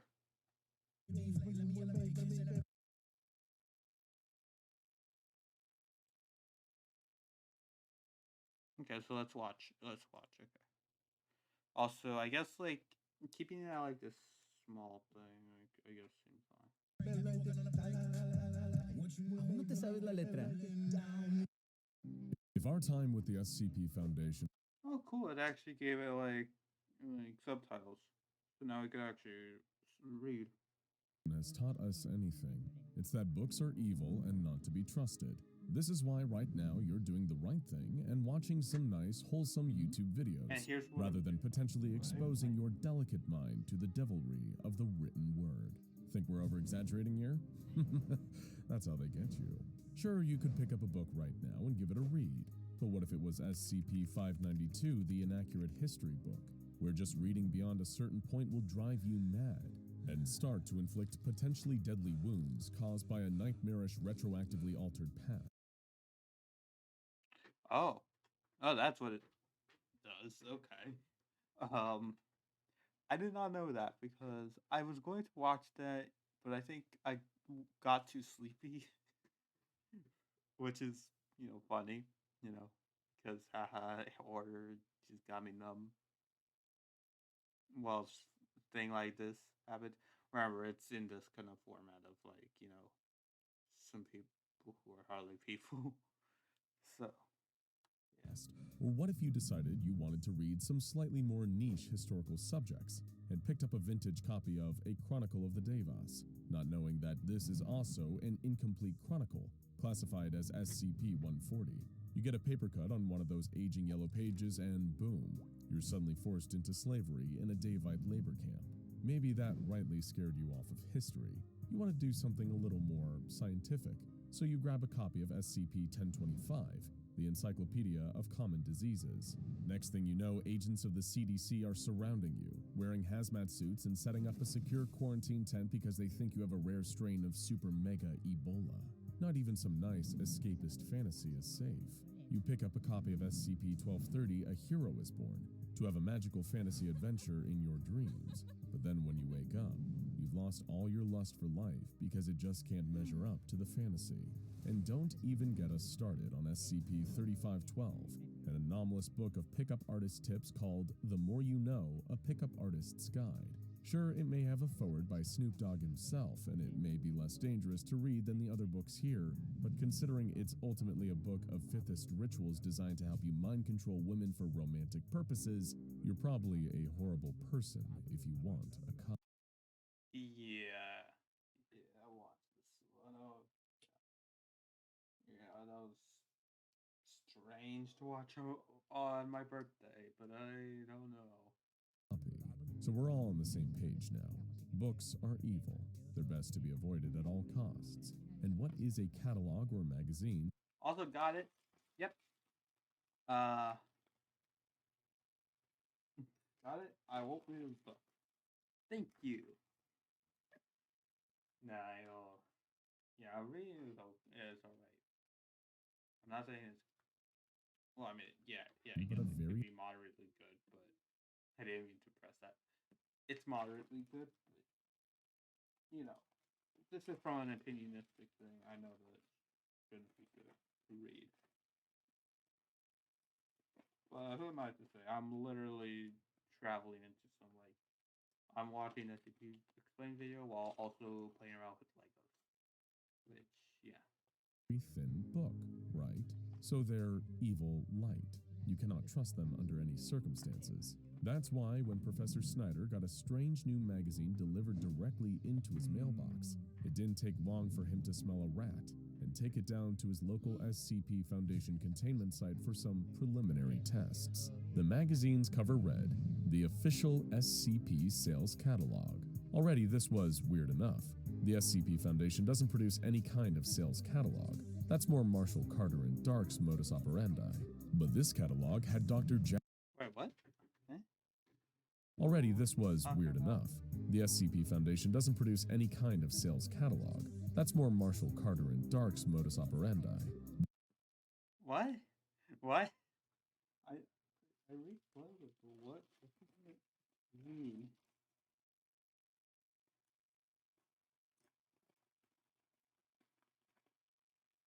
But this catalog had Dr. Jack Bright on the cover, smiling and holding SCP-066, the living ball of yarn known as Eric's toy, like he was overjoyed with it. When Professor Snyder showed the cover to Dr. Bright himself, he said that it might just be some high-quality Photoshop, because he never took a photo like that. The cover also bore slogans like, "Our best issue ever," and "Hundreds of bargains." And Professor Snyder soon found that both of these bizarre slogans were true, in a manner of speaking.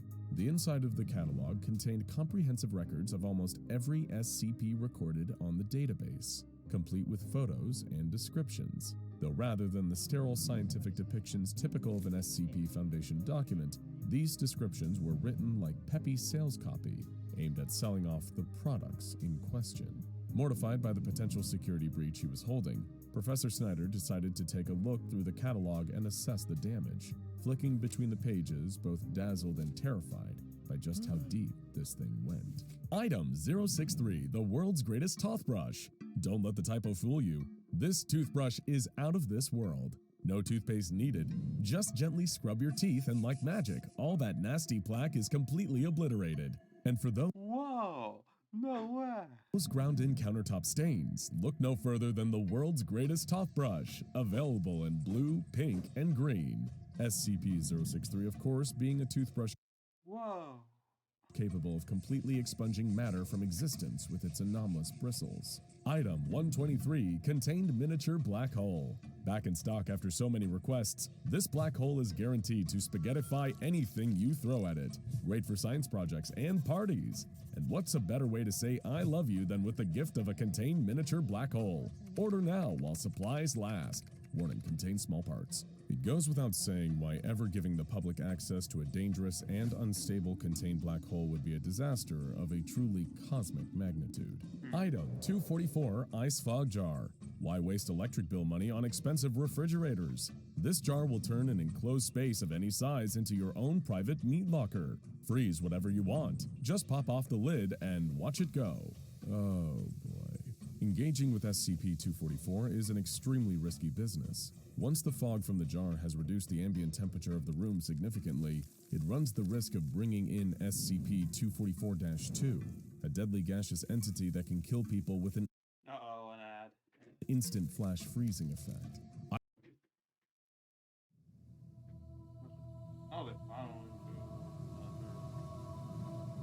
I'm not watching it. What is this? Item 34. I have no clue about what that is, but yeah, no, it's Game of Thrones related. Anyways, back to the video. 40 Insanity Candy. A truly maddening prank. Trick your friends into eating these covert candies and watch them literally go out of their minds. Available in 5-packs. What? Okay, yeah, like, that is, like, I'm pretty sure they're gonna commentate on that, but, like, yeah. Okay, that was just straight up honest, like, yeah, make it insane, like, what? Professor Snyder winced at the memories this one brought on. SCP-340, now a deadly kind of virus, had once been a particularly lethal packet of M&Ms capable of inducing various types of severe mental illness in its victims. This was no prank, unless you happen to be an extreme sadist with no regard for human life and happiness, like all the prank channels that have since been wiped from YouTube. Item 447, Ball of Green Slime. What can you do with it? What can't you do with it? Use it as a lubricant, top off your gas tank, style your hair, or even dress up your salads and sundaes. The possibilities are endless. Now available in blue. Warning, do not apply to dead bodies. Professor Snyder gulped and shuddered. The less said about that, the better. Item 500, Panacea. Got Ebola, HIV, cancer, athlete's foot? This pill cures them all. No malady is too incurable. Out of stock.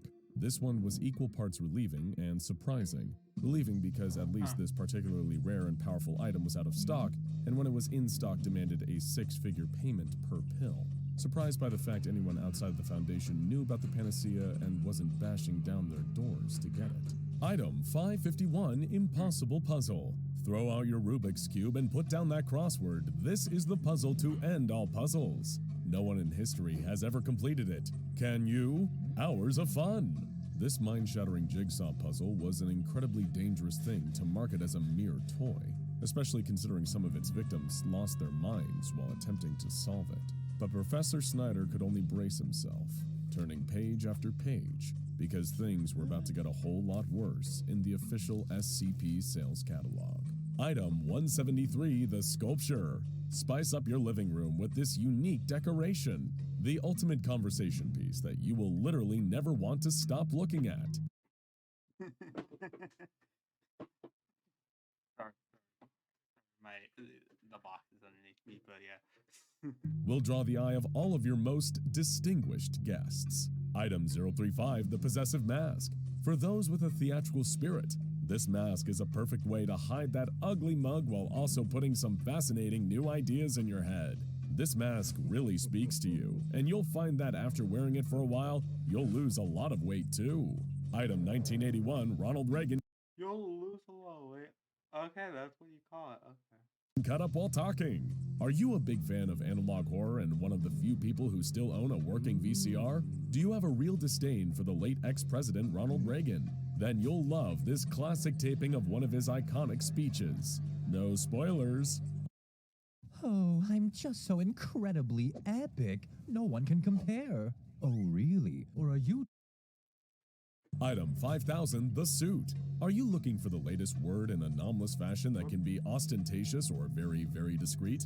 You'll love this total exclusion suit.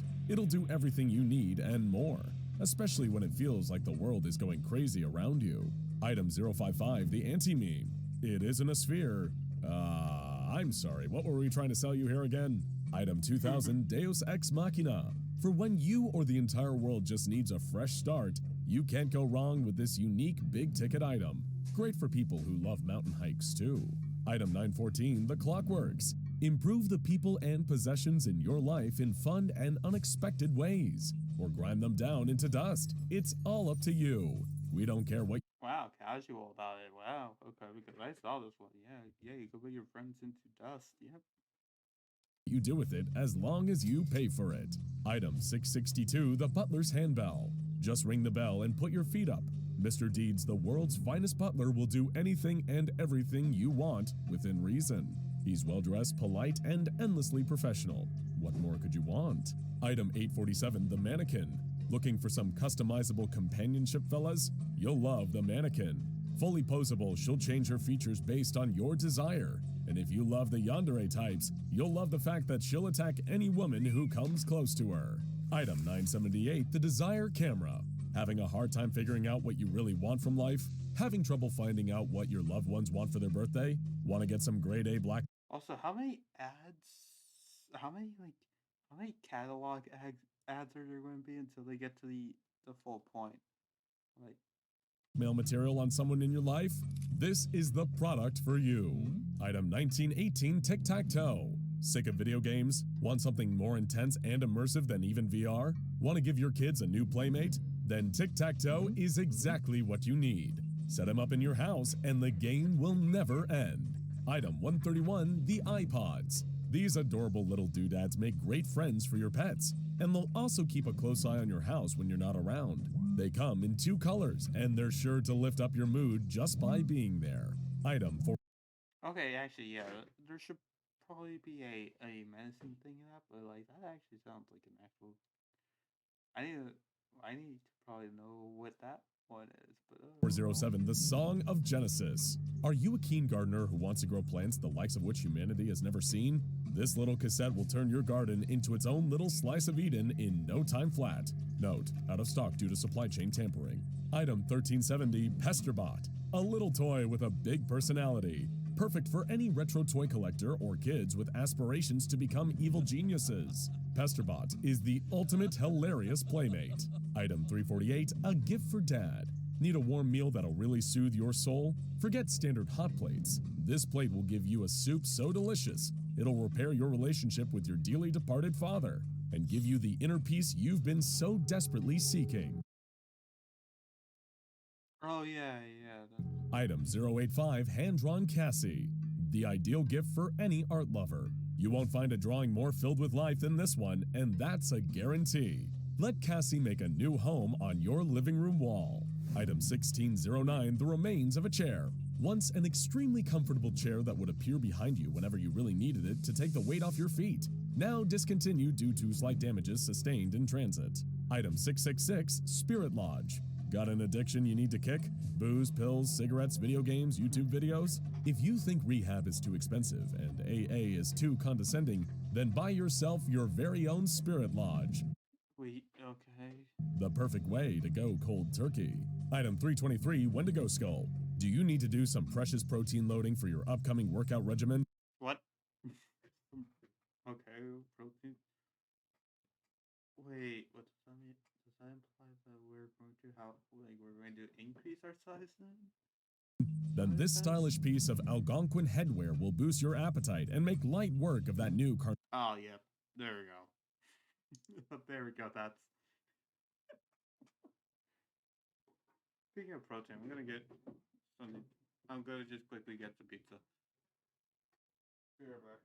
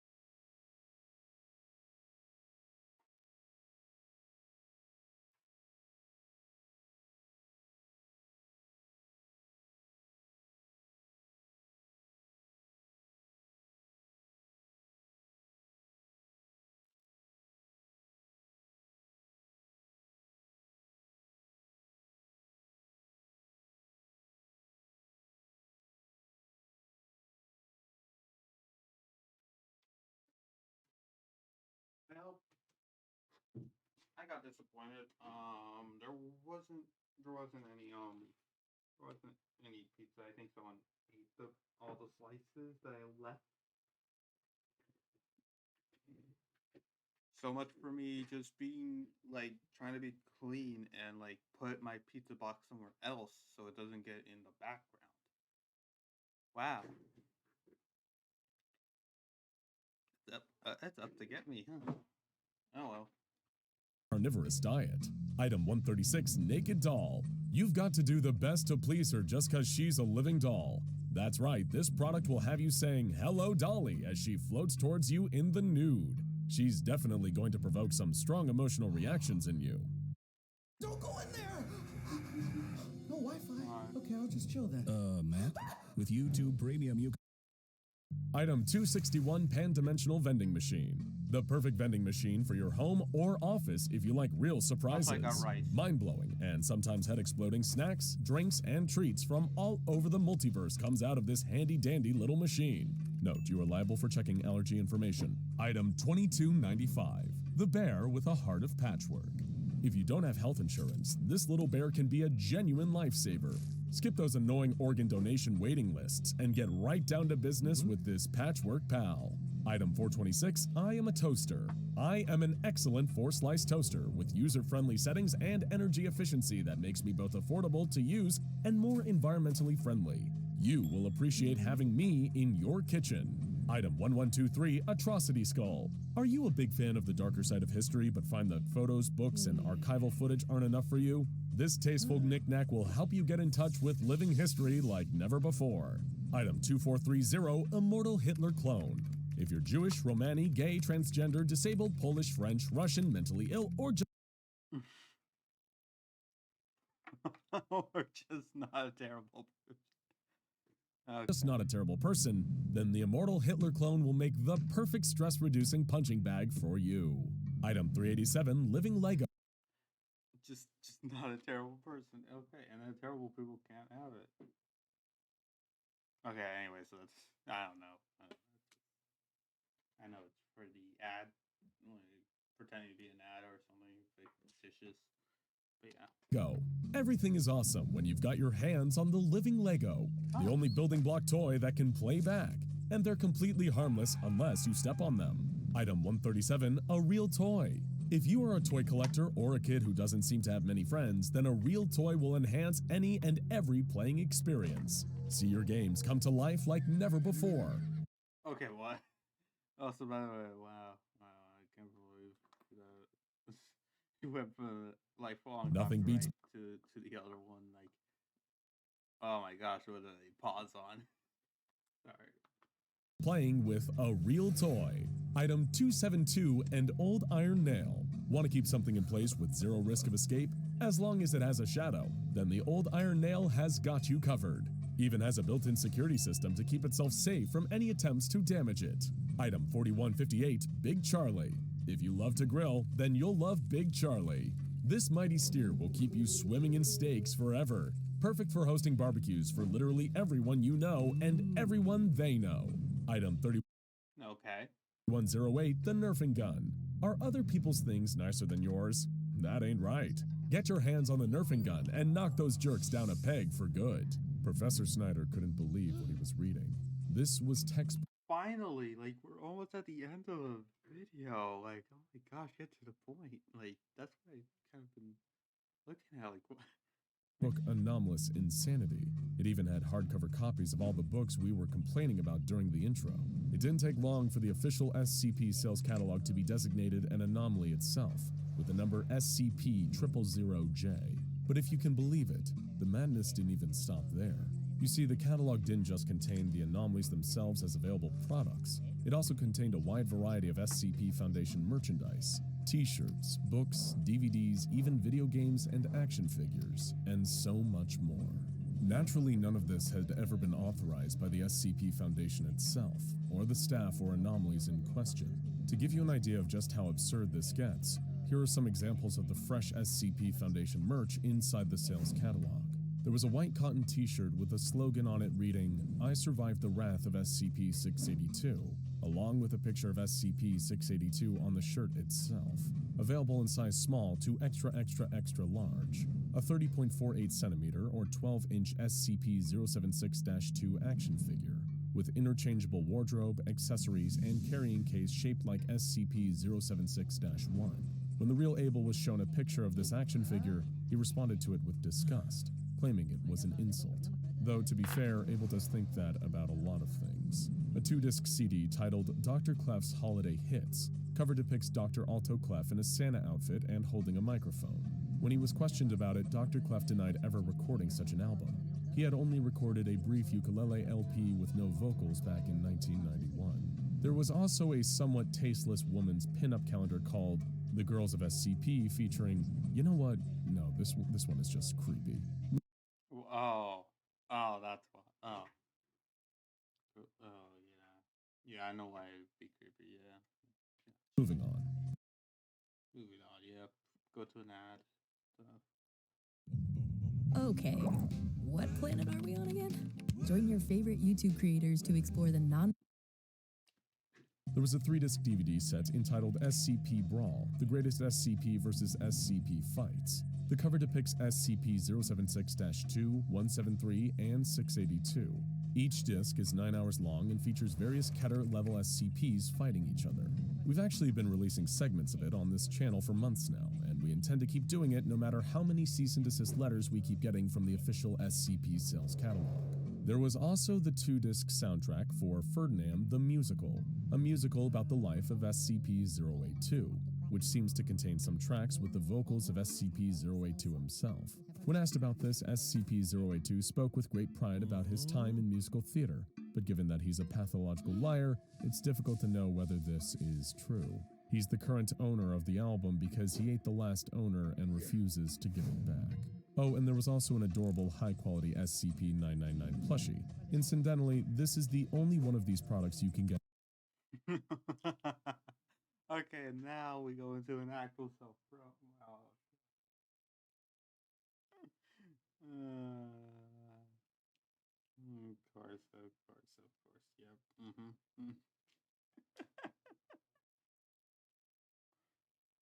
Get in real life from www.scpswag.com. No, we're not kidding. Check out the link in the description after the video. This whole anomaly ended up being a deeply bizarre mystery for the members of SCP Foundation personnel to investigate. While you could theoretically order multiple iterations of each item, you would only get the real one, surrounded by a number of cheap copies. While Professor Snyder called the helpline directly, he was repeatedly rebuffed, with the call operator hanging up on him if he tried to do anything other than order an item.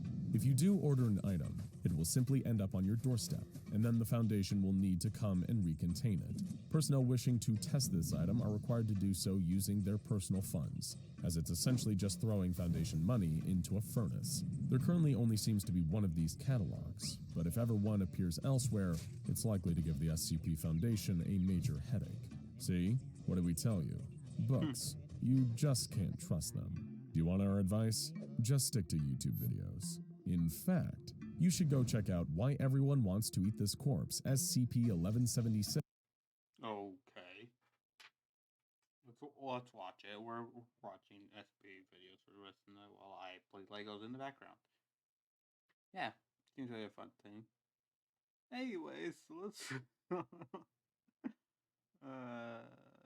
let's watch this because it clickbait. If you've ever studied ancient Egypt in your history class, then you're probably familiar with the way they buried their pharaohs. When a king of Egypt died, their body would be entombed in a huge sarcophagus, usually after being mummified. Mummification was the process that the ancient Egyptians used to preserve their dead, safeguarding a corpse with special chemicals and the application of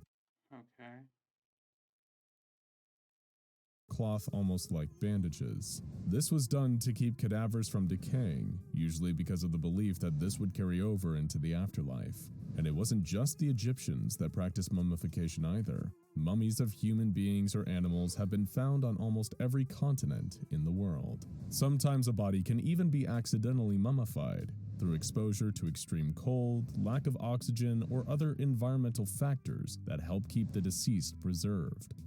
Fun fact, the oldest recorded mummy isn't even one left behind by the ancient Egyptians. It is actually a naturally mummified severed head, estimated to be 6,000 years old. I feel okay. I feel like that's an actual fact, but It was unearthed in South America there you go. South America. Either that or it's fake. It's a fake house.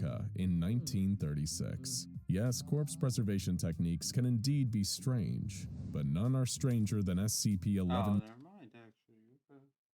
Oh yeah, South America. The more you know, apparently. Okay.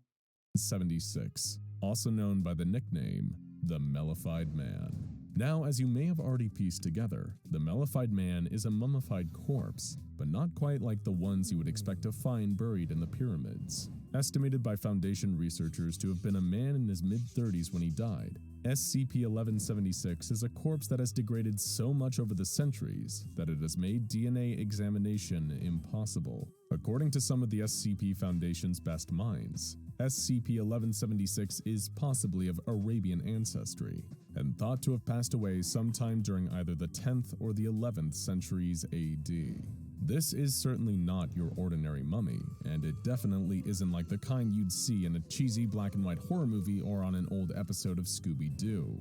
SCP-1176 is absolutely, undoubtedly dead by all clinical definitions. It doesn't show any signs of breathing, and the processes of blood circulation or metabolism have long since stopped. However, despite the decay suffered by the rest of the body, SCP-1176's brain seems to have remained.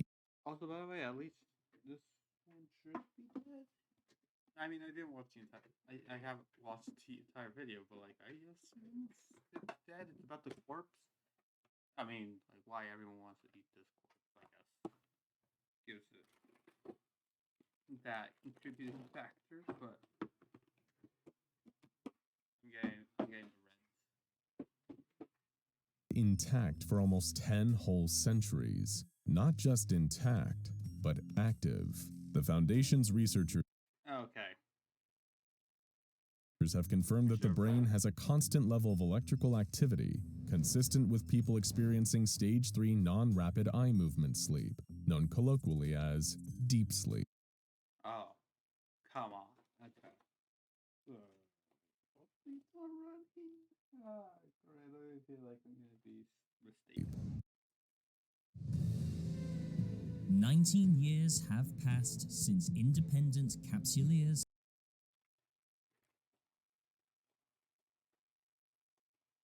So, a mummy with an active, albeit dormant brain. How does an ancient culture manage to achieve preservation like this? Alien technology? Cryogenic sleep chambers? Suspended animation? No, not quite.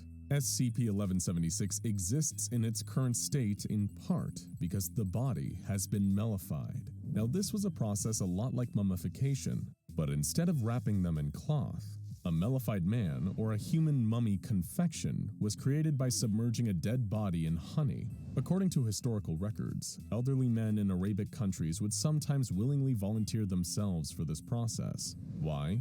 Because the goal was to turn their bodies into a healing confection. In other words, an elaborate sweet delicacy created from a preserved corpse. That's right. Ancient cultures had candy made from dead people.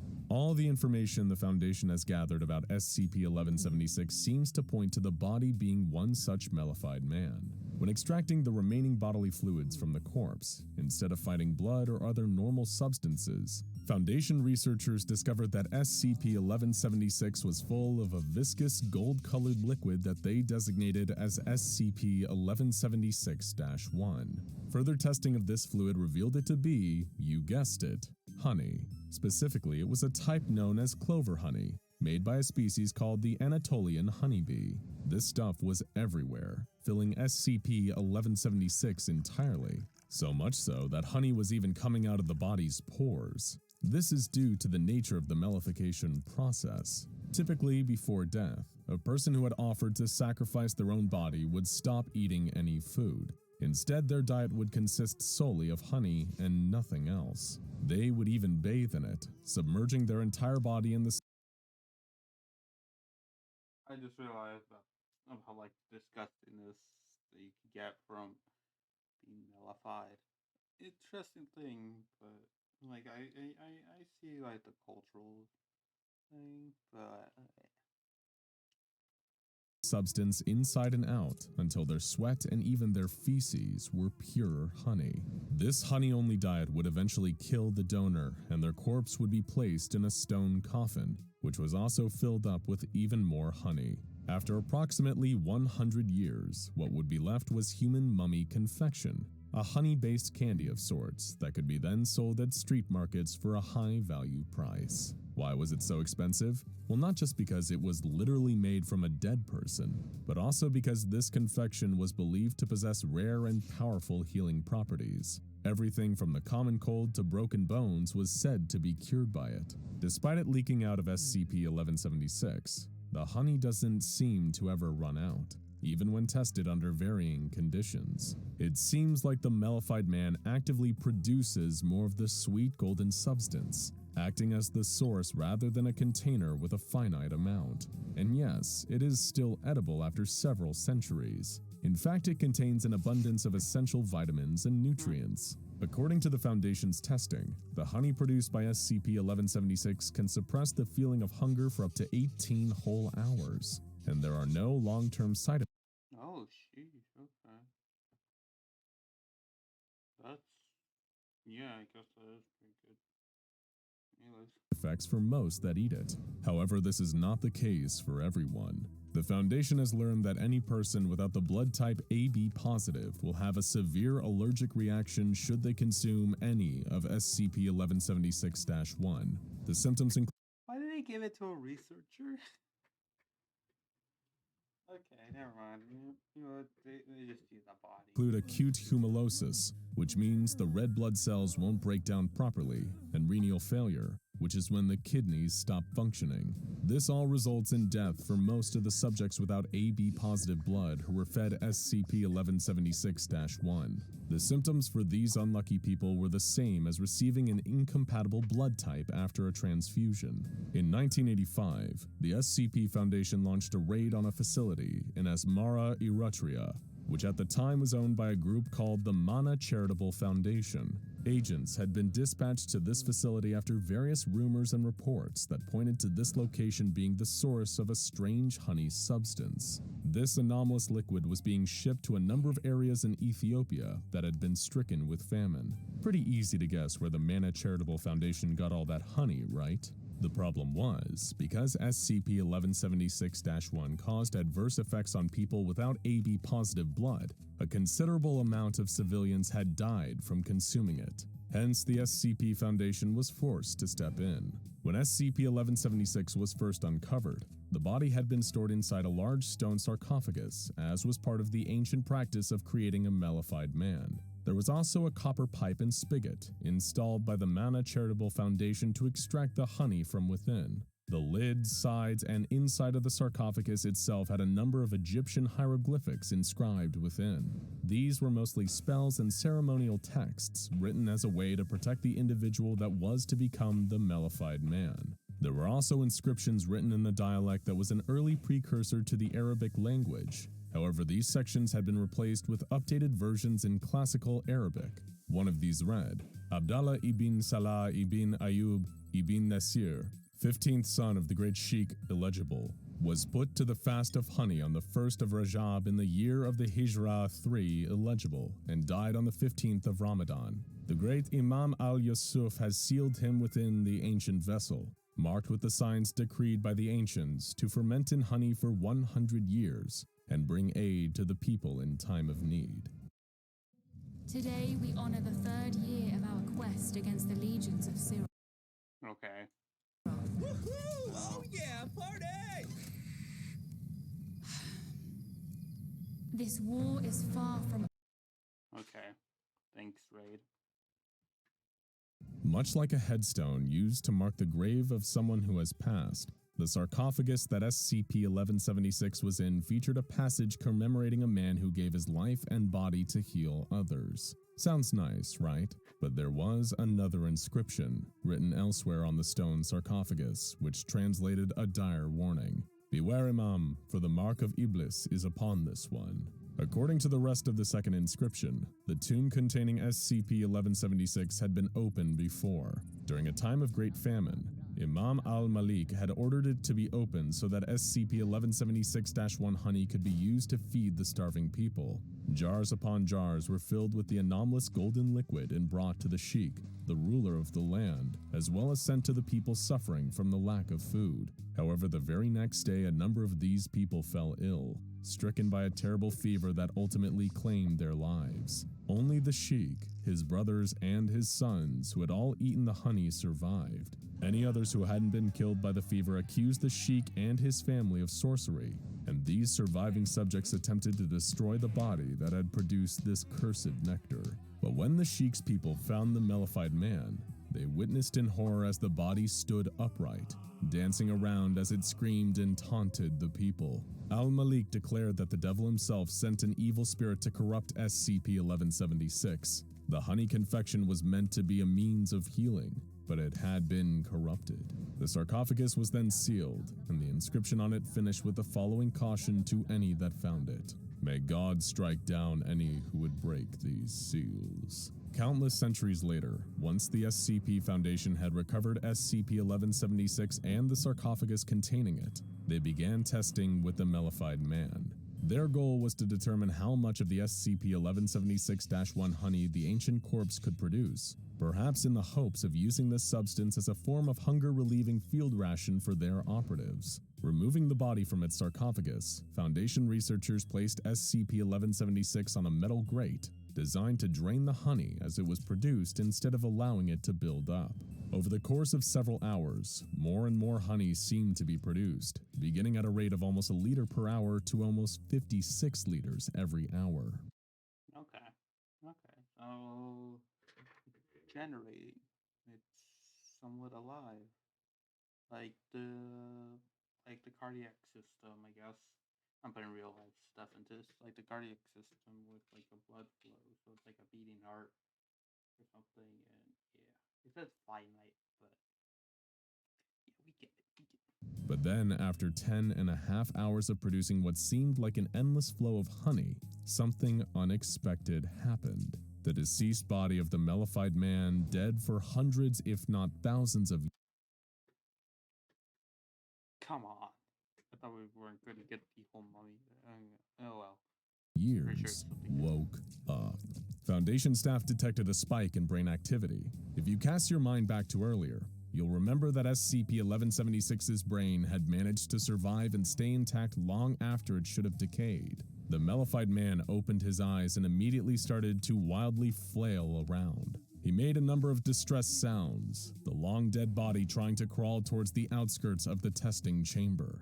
Thanks to so many of its organs and muscles having withered away over the years, SCP-1176 was barely able to see or understand its surroundings. It couldn't speak, not properly anyway, given that its tongue had long since decayed. The Foundation's personnel moved in to try and restrain the ancient and now animated body, hoping to sedate it before SCP-1176 caused any lasting damage to itself. Eventually, staff were able to force SCP-1176 back into its sarcophagus, slamming the stone lid back in place and trapping it within. They could hear the once human creature screeching and vocalizing from inside, bashing against the inside of the stone coffin with its head and limbs. It took 3 whole hours of this for the mellified man to return to its usual state, by which time its ancient bones were fractured beyond repair. SCP-1176 is a sad tale of a man who had willingly given his life to be a source of healing for people in need. He allowed himself to be mellified. Or did he? Bum. I don't know. If he was like dancing around, laying around, I don't know. That's actually voluntary. Maybe it was involuntary. Have you ever thought that? Maybe they have. And I'm going to unpause and I'm going to be corrected.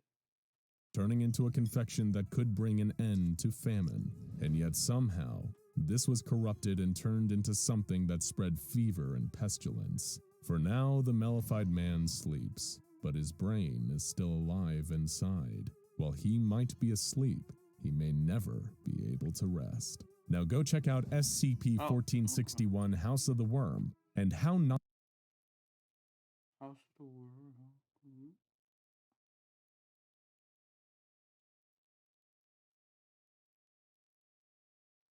I don't know. I don't know. I don't see any interest in those.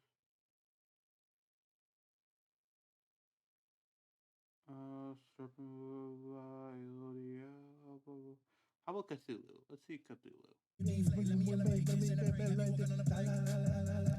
Aún no te sabes la letra. Over There you go, 50 let's men see. and women, clad in red robes, kneel before an unholy altar. They chant and mutter indecipherable words, words of cruelty and madness, of obsession and sacrilege. Not long ago, these were regular people. Computer technicians, teachers, plumbers, construction workers, accountants. This was before they fell under the ungodly influence of a new ruler. The center of this makeshift place of worship was once a normal school gymnasium, but it's now the home of a huge statue. A humanoid being, wreathed in tentacles. Its head is more like a squid or cuttlefish than anything resembling an actual human face. While he's known to the cultists as the tentacled god, the beast they worship is known to the SCP Foundation as SCP-2662, and he sits in the belly of one of their expansive containment facilities, locked away from the world. But not for long, if his devoted followers have anything to say about it. This is their god, all-powerful and unchanging, and when it comes to springing him from containment, no tactic is too vile or underhanded to get the job done. Their mortal leader and high priest, a man in a purple robe calling himself Brother Marsh, walks among their crouched forms. He whispers instructions for the great day of liberation that's soon to come, providing everyone plays their part. It's a plan months in the making, and one that, if it goes off without a hitch, could free their monstrous god into the world. They would strike at the very heart of their enemy, the SCP Foundation, when they least expect it, and nothing shall stand in their way. How could they lose when they have a god on their side? But why did all these normal people become violent zealots for a squid-faced deity? It all began with a dream. To those who experienced these dreams, they felt more like prophecies, premonitions of the glorious horrors to come. A red sky, billions dead, and billions more enslaved, a dark silhouette on the horizon. Their tentacled god holding dominion over all. At first, it just seemed like a strange nightmare. The ones who experienced it woke up shaken and afraid, hoping to shake the images from their mind, but they couldn't. Every night, the nightmare would return. They'd see the images, the red sky, the dead and enslaved, the tentacled god. And after a while, it would come to them even when they weren't asleep, eventually happening whenever they closed their eyes. Little by little, this scene stopped looking so hideous and started to look glorious. They felt his presence in their minds, slowly pushing them towards their inevitable future. They started to realize that they wanted him to rule over the universe and to experience the honor of serving him. Many of them abandoned their homes and families, leaving their friends and loved ones left to worry that they'd gone insane. In their eyes, they were safer than they'd ever been. They finally had purpose. They were working in service of something far greater than themselves. The influence of the tentacled god drew them closer to one another. They would meet in secret, exchanging information from the prophecies their ruler sent to them in their dreams. They worshiped together, building altars and idols to congregate around. They performed dark blood rituals involving human and animal sacrifice. It was when Brother Marsh, the Anointed One, arrived to guide them towards their true mission that things kicked into high gear. Just 3 months prior, Brother Marsh had been an office drone working in data entry for a large insurance company before the tentacled god invaded his thoughts with a simple message: "Free me, and the new world I create shall be your playground." Since then, he devoted himself completely to the cause, quitting his job and maxing out his credit cards to help fund his new life's purpose, infiltrating the SCP Foundation and releasing his inhuman ruler from its imprisonment. That was the single goal he united the cultists under: freedom for the tentacled god. And at long last, they had all the pieces in place to strike. They'd finally gathered the necessary intel to subvert the will of the most powerful secret organization on Earth, Even the strongest institution is made of people, and people are weak. Unlike the almighty tentacled god, people could be broken. The people in question were Kelly Thompson, Sidney Levitt, Jordan Broche, Dr. Juan Gutierrez, and Jillian Larson. Dr. Juan Gutierrez was a researcher with level 3 clearance on the site where the tentacled god was being contained. Sidney Levitt and Jordan Broche were both security officers charged with verifying personnel clearance on site. Kelly Thompson was a member of site administration with research authorization powers, and Jillian Larson was a research assistant who often collaborated with Dr. Gutierrez. These 5 were the key to getting access to SCP-2662 and bringing their plan to fruition. Normally, personnel dossiers on people working for the Foundation were highly confidential, but the devotees of the tentacled god had their ways. They had a number of computer experts in their ranks, more than capable of hacking in and pulling some basic information off of Foundation servers without being detected. For the other information they needed, they turned to some good old-fashioned torture, which is often the most effective method when you need some quick results. Of course, while the cult's grip on sanity may have been a little tenuous, they weren't stupid. While gathering their intel, they also made sure to find out what exactly they were up against. SCP-2662 was being held in a humanoid containment cell and guarded by on-site Task Force Town 9, better known— Wait, a humanoid? I mean, okay, fine. Yeah. Yes, they mentioned he was humanoid, but okay, fine. Cthulhu is something known as the belligerent bodyguards.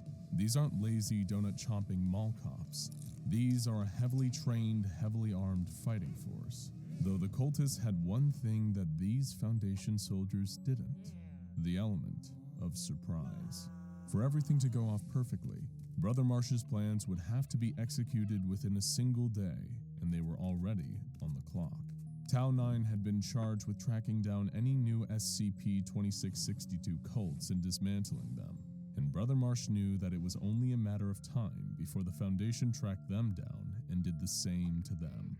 If they wanted any chance of freeing the tentacled god, then they'd need to strike quickly and with overwhelming force. The SCP-2662 worshippers were able to secure the addresses of the 5 key Foundation personnel and station members outside each of them, including one who could realistically imitate each. They waited for night to fall and broke into each of their homes as they slept. What followed was a sequence of ruthless and efficient murders done in the cause of freeing their god. Dr. Gutierrez was shot in the head while he slept. Sidney Levitt and Jordan Broche were both stabbed to death before either even realized what was happening. Thompson, who'd gotten up to use the bathroom, went down in a hail of machine gun fire. Jillian Larson had seen that masked figures were Oh no, wait, wait, someone die before they could move? either even realized what was happening. Thompson, who'd gotten up to use the bathroom, No, not Thompson. Sorry, it's just, yeah, it's a terrible way to go with that because you have the intent in there and then you oh gosh, darn, I just realized how weird it would sound right now. I'm going to unpause before it makes it weird. went down in a hail of machine gun fire. Jillian Larson had seen that masked figures were breaking into her home and attempted to flee, but was caught and beaten to death by cultists in her hallway. It was a strange irony that people whose day jobs entailed working with some of the most dangerous and nightmarish anomalies imaginable were murdered in their homes by nothing more than regular humans. So far, Brother Marsh's plan had gone perfectly, with all 5 key personnel murdered within a 2-minute period. Next, the selected doppelgangers stole clothes from their victims' closets and were handed the correct forged documentation. The next morning, each replacement began their journeys to the site where the tentacled god was being contained, while the rest of the cult armed themselves in preparation for their own part in the plan. Nobody at the Foundation seemed to notice anything amiss when the 5 arrived on site.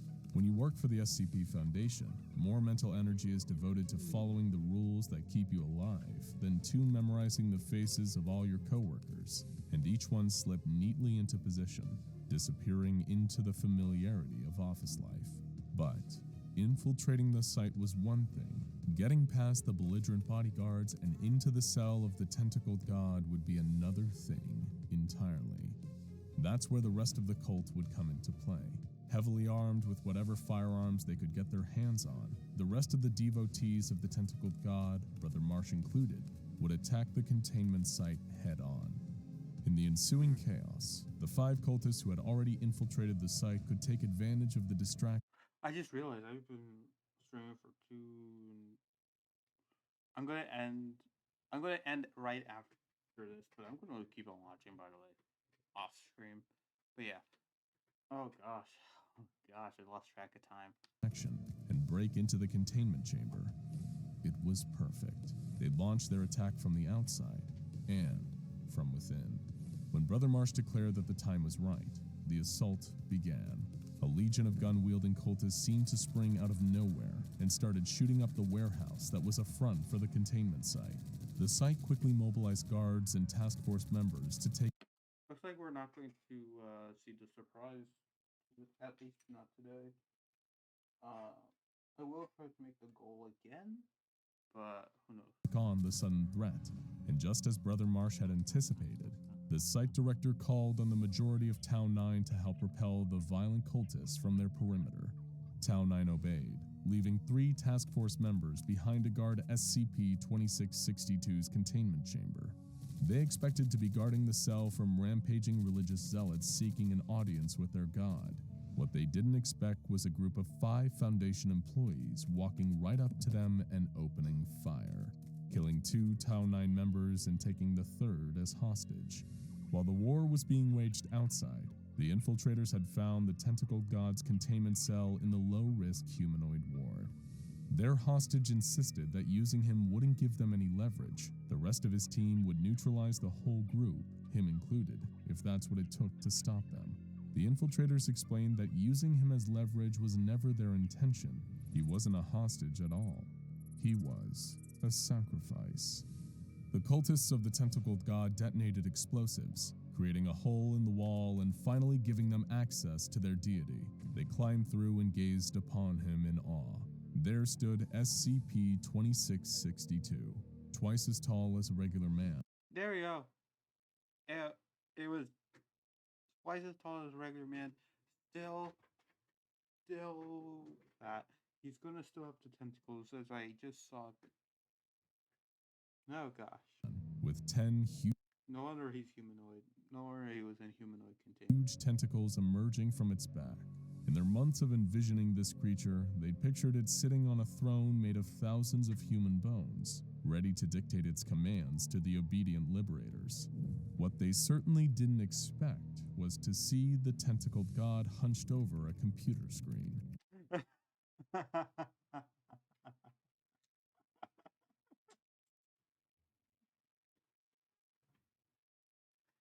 Wow, okay. Yeah, humanoid containment. That, okay. Still, gods work in mysterious ways. So they stuck to the plan and began chanting. They pulled out a sacrificial dagger and began sacrificing their captured Town 9 member. It was at this point that SCP-2662 turned and saw what they were doing with a look of pure horror. He rose up from his computer, his headphones getting caught as he did so. He told them to go away, that he didn't want them here. And that them murdering people in his bedroom like this was inconsiderate and disgusting. The cultists became even more confused. Why wasn't their god accepting their offerings? What were they doing wrong? They tried more chanting and painting arcane symbols on the floor in blood, but this just seemed to make the creature angrier. He told them in a tone more fitting for a teenage boy than a Lovecraftian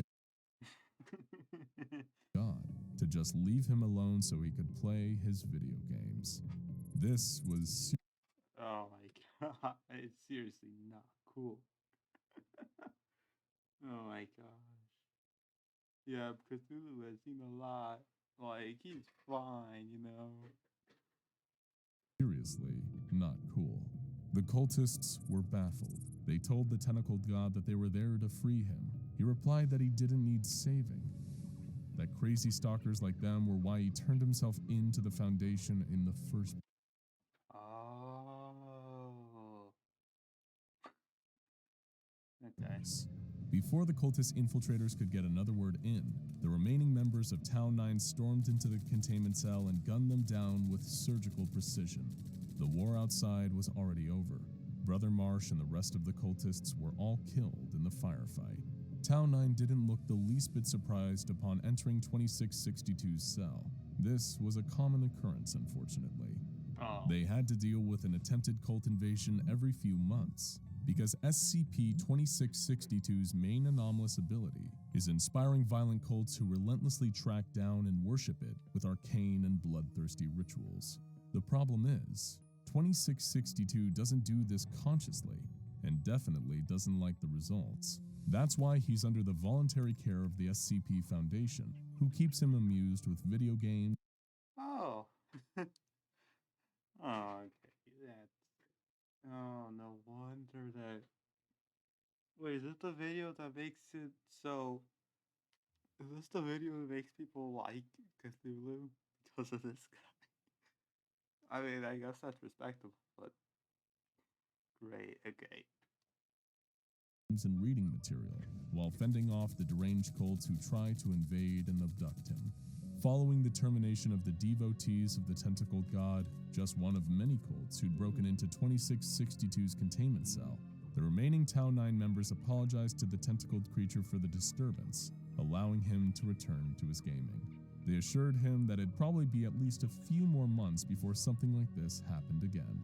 SCP-2662's cell was repaired, and the Foundation returned to its task of seeking out would-be cult emancipators, because for the SCP Foundation, it's not always about the anomaly that's being kept in containment, but what's being kept out.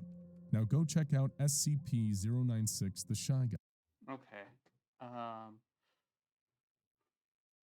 I'm gonna keep on watching again. But thank you all for watching this. I hope you appreciate it. I'm still in a good mood, by the way. Like, just like the title of this.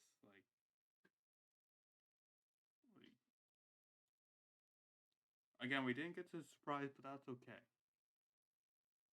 Sure, there are other times. I'm gonna actually.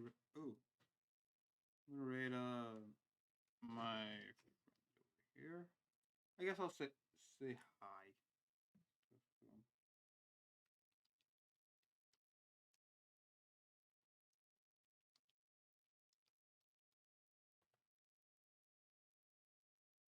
I'm gonna mute myself because, oh gosh, I have my headphones connected, but I don't want to hear my own voice.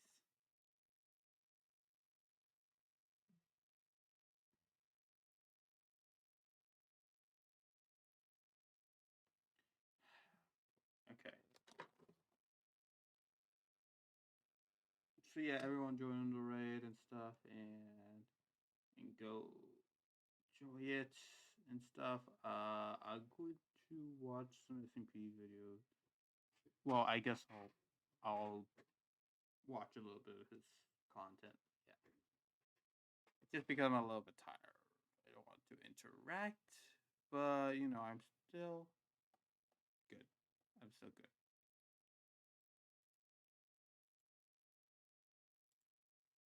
Well, yeah, we're gonna end that stuff.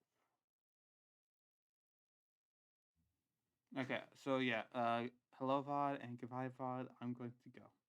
Bye.